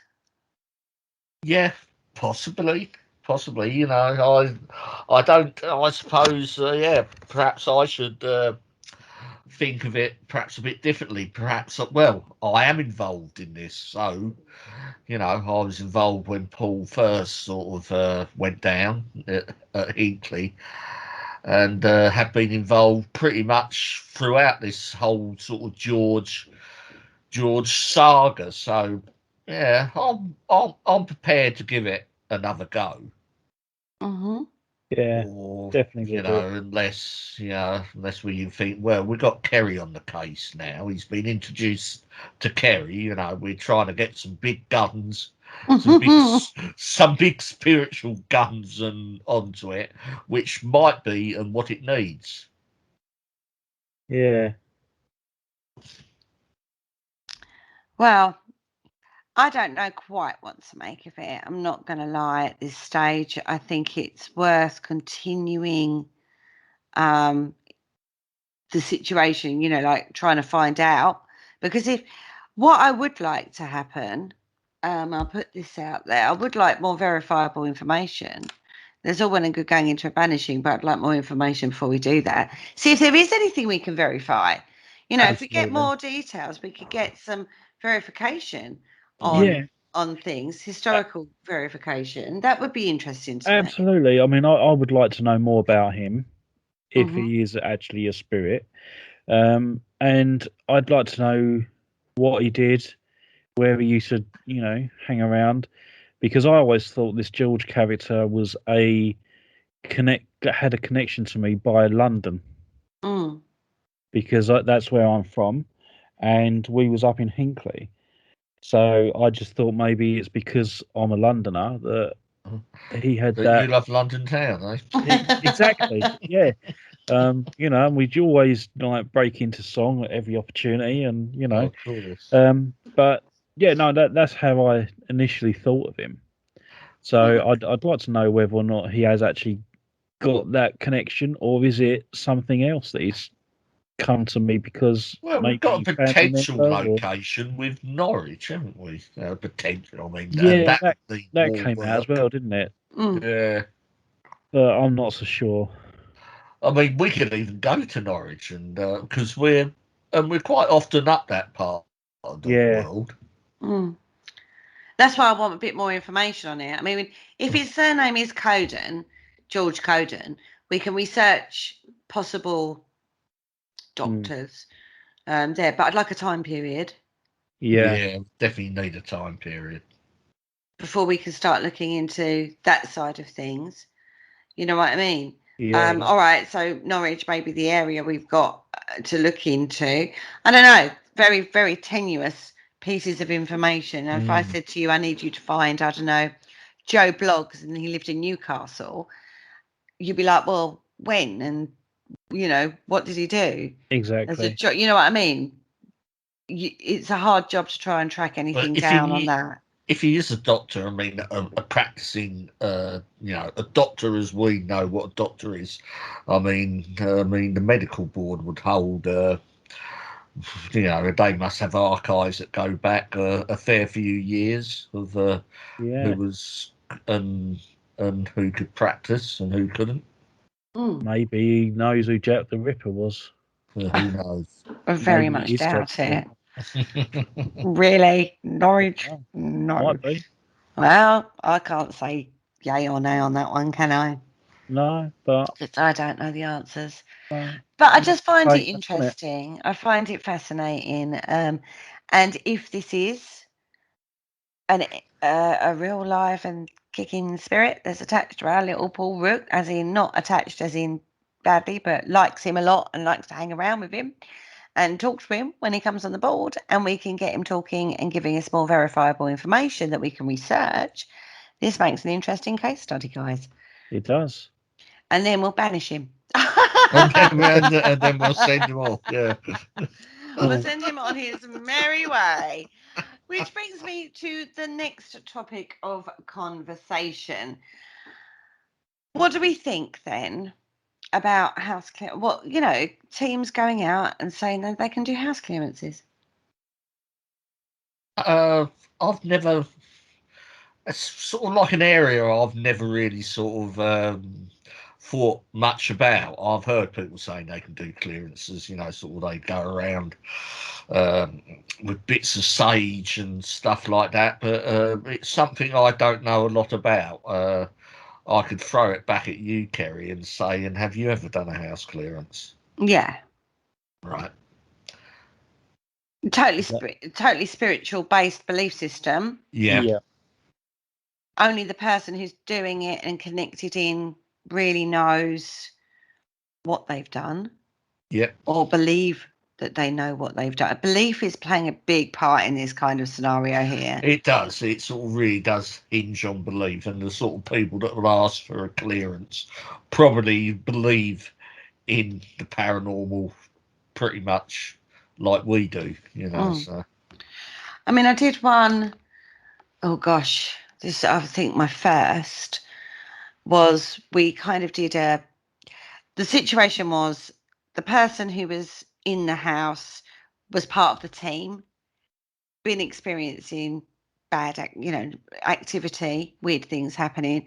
So he was moving out of the property, so we kind of did a investigation before he moved out, and then wanted to clear it if there was anything. For obviously we didn't want to leave anything behind for anybody new coming into the property. Yeah. Okay, so that was the situation. So we went in, weren't just me, there was a team, was linked to another medium, and we had the same kind of information coming out. And then I did a incense crystal scenario ritual thing that I do, and the energy definitely changed after that. And the medium, much stronger medium than myself, who links into spirit in a way that I don't, verified what I felt, which was that situation had been resolved and cleared, and it was now a null and void, as it were, property at that time. And we didn't have any further reports on that, but we didn't obviously tell the people moving in there that's you might get some paranormal activity, just give us a call if it's there. We didn't do that, but obviously there was a little bit of a crossover between the two people moving in and the person who'd moved out, because that happens sometimes, doesn't it? Well, yeah. They never said anything. They never said anything weird had gone on, and they would have done, I think, because it was quite apparent, shall we say. So that was the first time I did one, my first experience of doing a clearance. Another one I went to, I had a lady, she had a newborn baby, and the baby kept waking up screaming, and they kept seeing weird things on the, they have these CCTV monitor things. Yeah. And she was convinced that there was a spirit that was waking up the baby. And I went in and did my thing.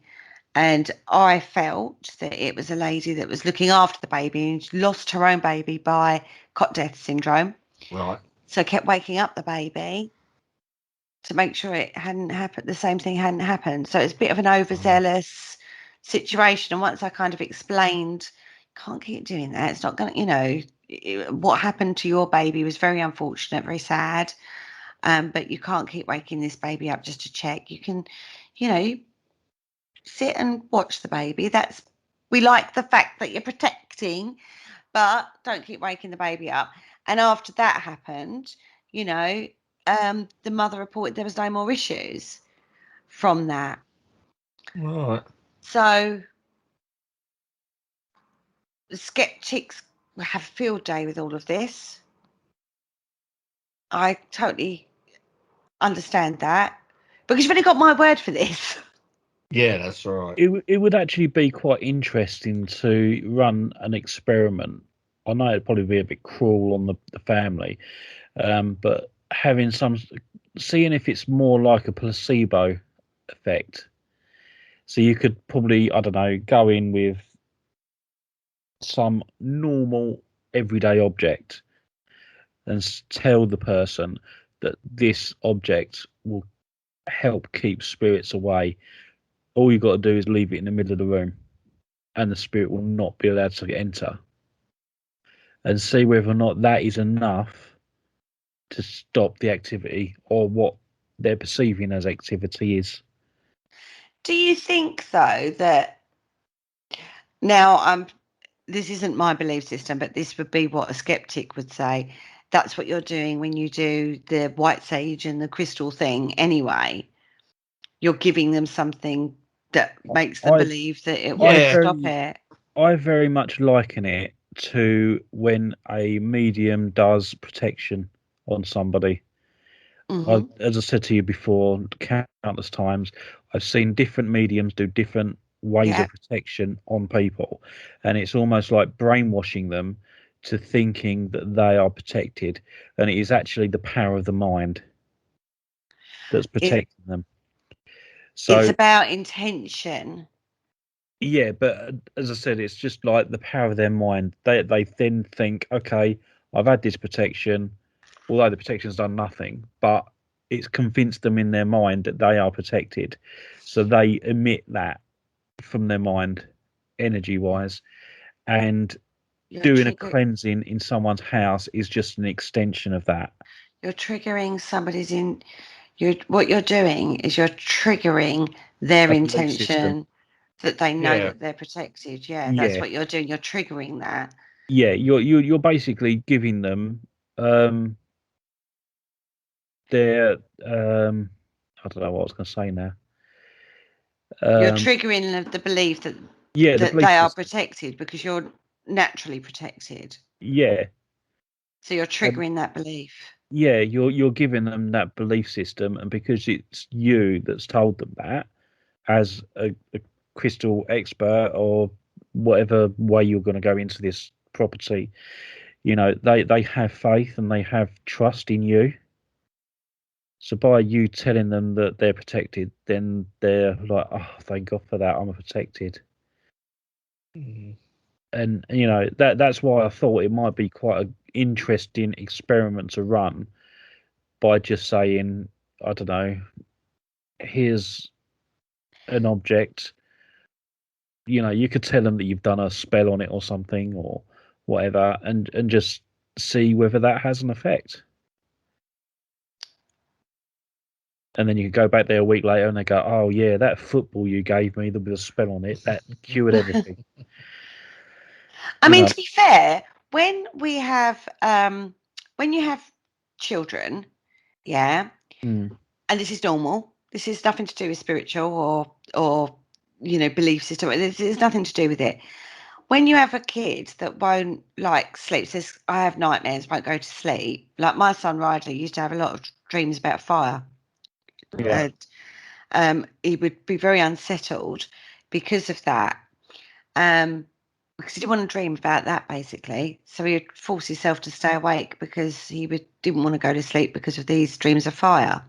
yeah, So I got some blue calcite and placed it around his bed. This is the very early days of my crystal work. And I placed it all around. I told him it was a water crystal. So if he was dreaming of fire, he's got water all around him. So even if he was dreaming of fire, it couldn't touch him. Right. Right? And it sorted the problem out. yeah, Yeah. Spiritually, you could argue that that's exactly what had happened. I'd surrounded him by a water elemental crystal that triggered his belief that he was safe and sound. Yeah. yeah, So he's secure enough, so when he went to sleep, he was secure, right? And we do this. The other thing is like you can get some.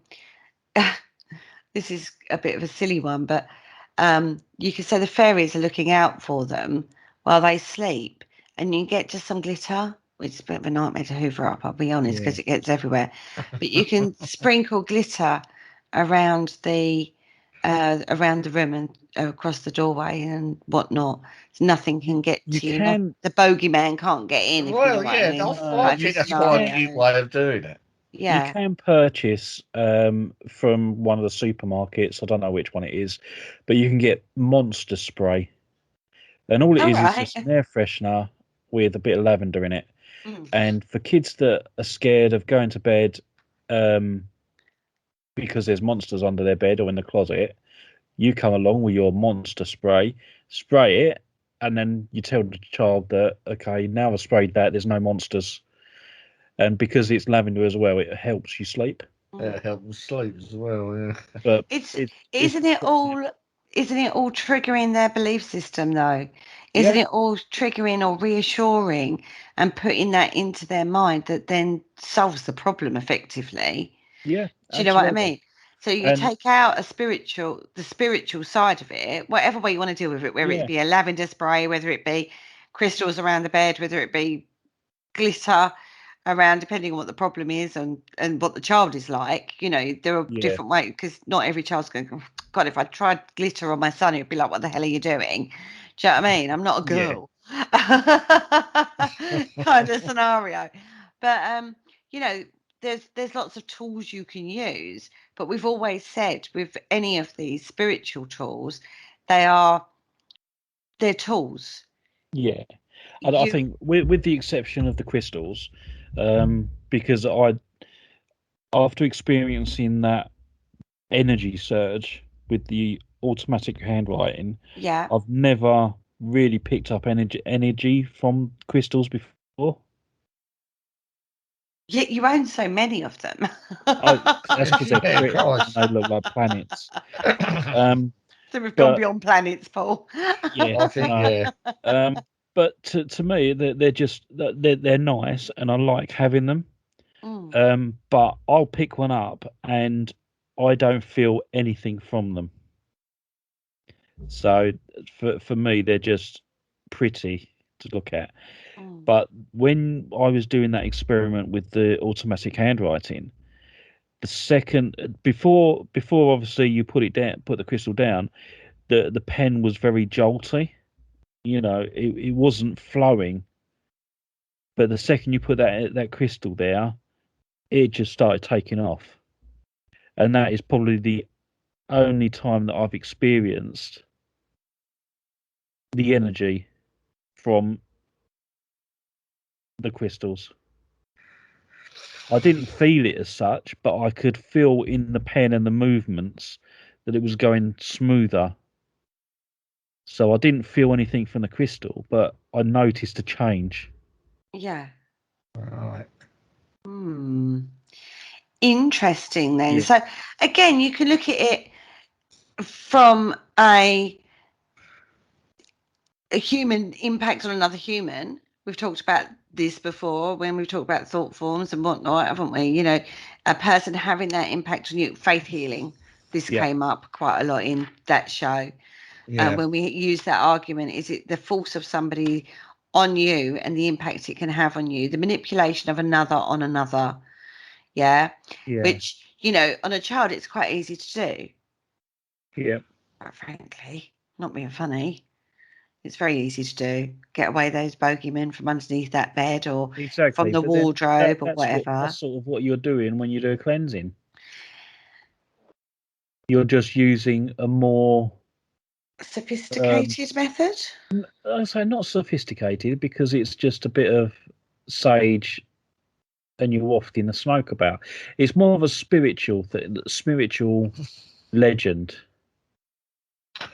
if that makes sense.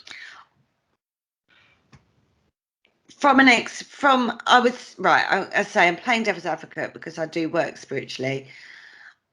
Knowing how it is for me when I'm working that way, I can't explain that. I've said that before. It's very difficult to. So I can't prove it. I can't prove it. Yeah, The I mean, proof is like, in the pudding.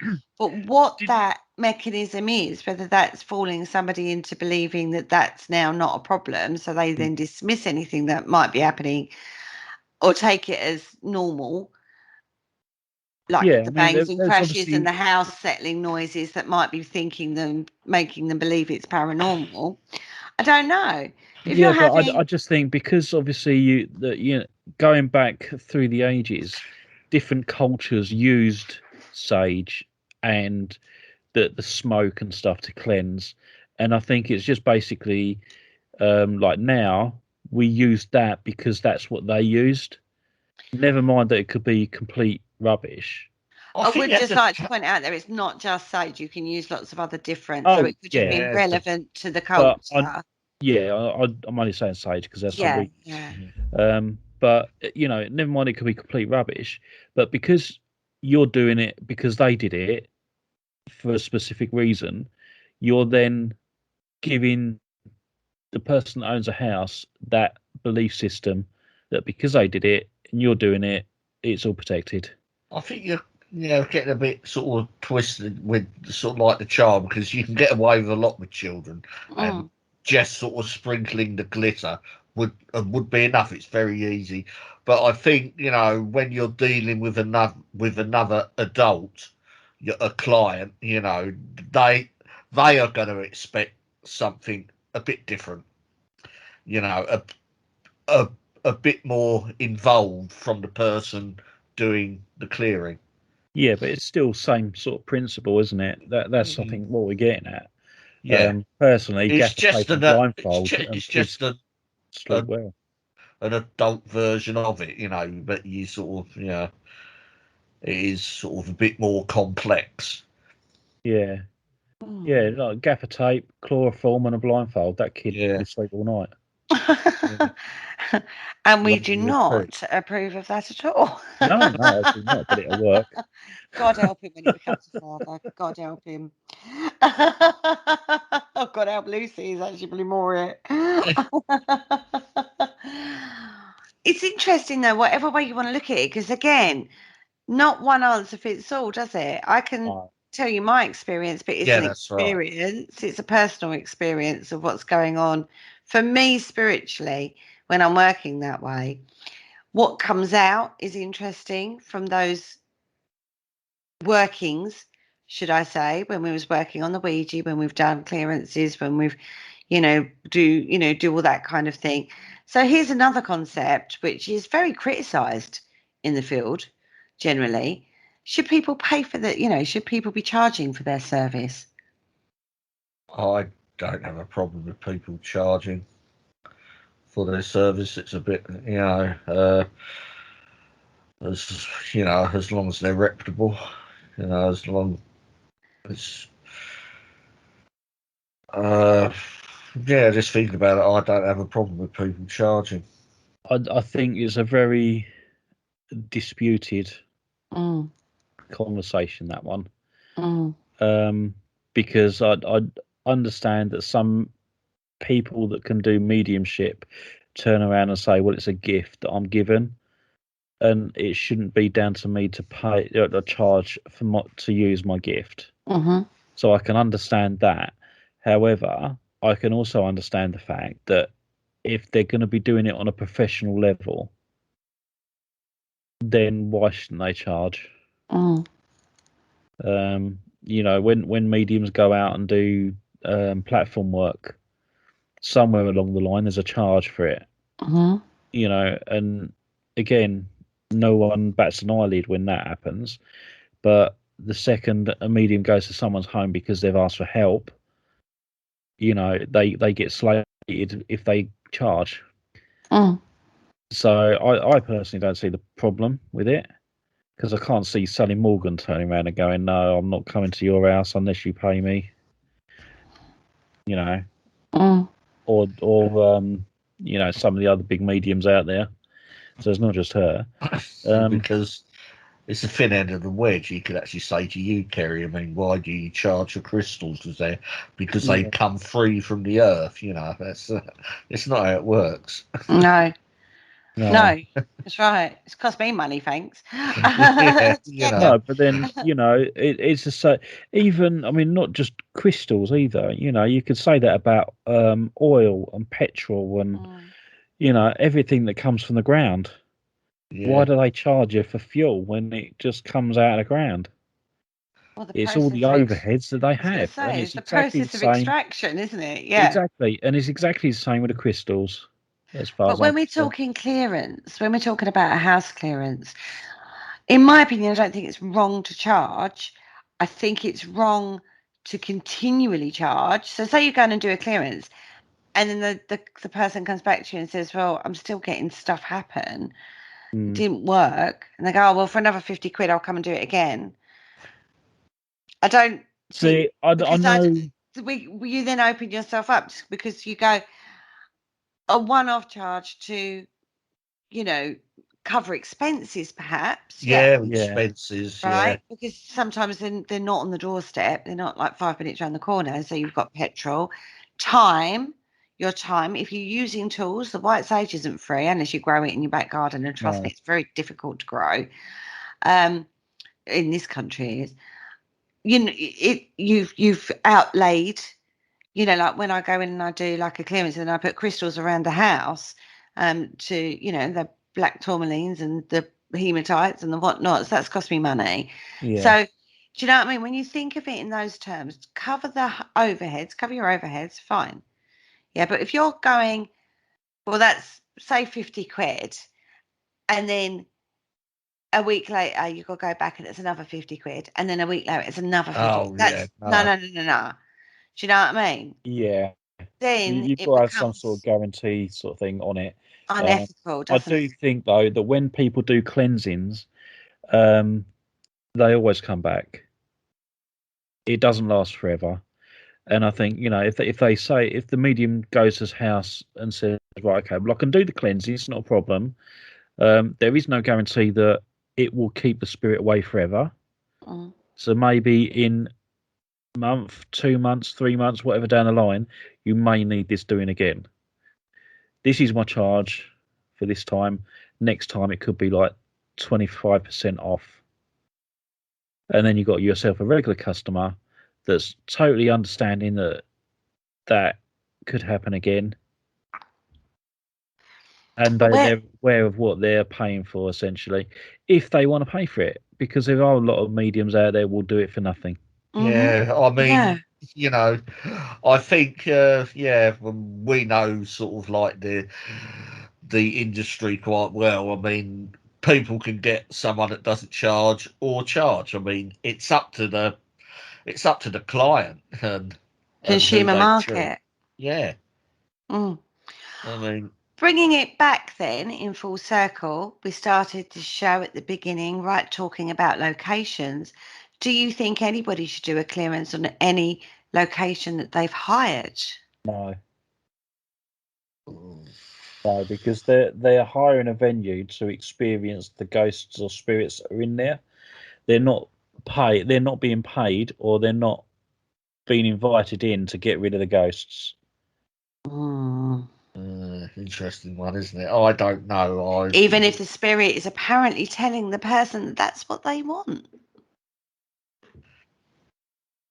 It's down to the client, the living owner. Because I mean, like for example, Kelvin and Hatch nuclear bunker. If I hire that, and then all them ghosts that are in it go, oh, I want to be passed over. I don't want to be here anymore, and we do the cleansing. That's going to annoy the guy that owns it. Mm-hmm. So it's, we could approach Mike and say to him, look, this is what we've got. This is what they've said. What do you want us to do? And he'll Mm. say, no, just leave it. yeah, probably. Well, he doesn't Because believe in the he makes money paranormal on the anyway. place being haunted.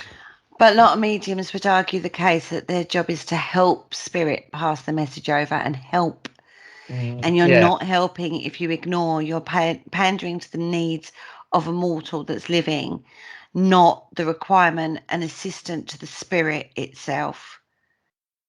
Mm. And your responsibility and ethics would be to help wherever help is needed. I think my argument to that, again, playing devil's advocate, is that we don't know what we're actually dealing with. So we might not be talking to spirit. It might be something completely different. You don't know. So until it's proven that a ghost is actually there and it says it's who he is, then possibly move him over, but with the permission of the owner. Lots of food for thought there throughout tonight's show. We've covered lots of different concepts and arguments and played devil's advocate against each other, which don't necessarily reflect our own personal views. We are very good at playing devil's advocate, I would say, on that one. Any news to report, my beautiful men? No, we've still got the books available. We do. They're on Amazon and they're also on our website. If you go to www.paranormalconcept.com and click on the publications page, they're all there. So yeah, just click on the pictures and it'll take you to the Amazon page where you can purchase them. We've got blogs out. I do believe I think Kerry's blogs out. I think. Is it? I don't know. If it's not Kerry's, it'd be Richard's. I haven't submitted one for a while. I think it's Kerry's. We're waiting for Kerry's one to be published. No, but let's not argue about this one here. You're waiting for mine. I do believe Kerry's is out. If it's not, it will be tomorrow. Awesome. So go over to paranormalconcept.com where you'll find links to all of our past shows, our previous blogs of this year, and our links to purchase the book. And you can join the mailing list as well for any up-to-date news. On that one, we've actually come to the end of the show, boys. Wow. That was a goodie. Always a goodie, these informal chats. Do like them. Yeah. Lots of different concepts and ideas and theories, and I do love it when we start playing devil's advocate with each other. Yeah. Good fun. On that note, say good night, guys. Good night, guys. Good night, guys.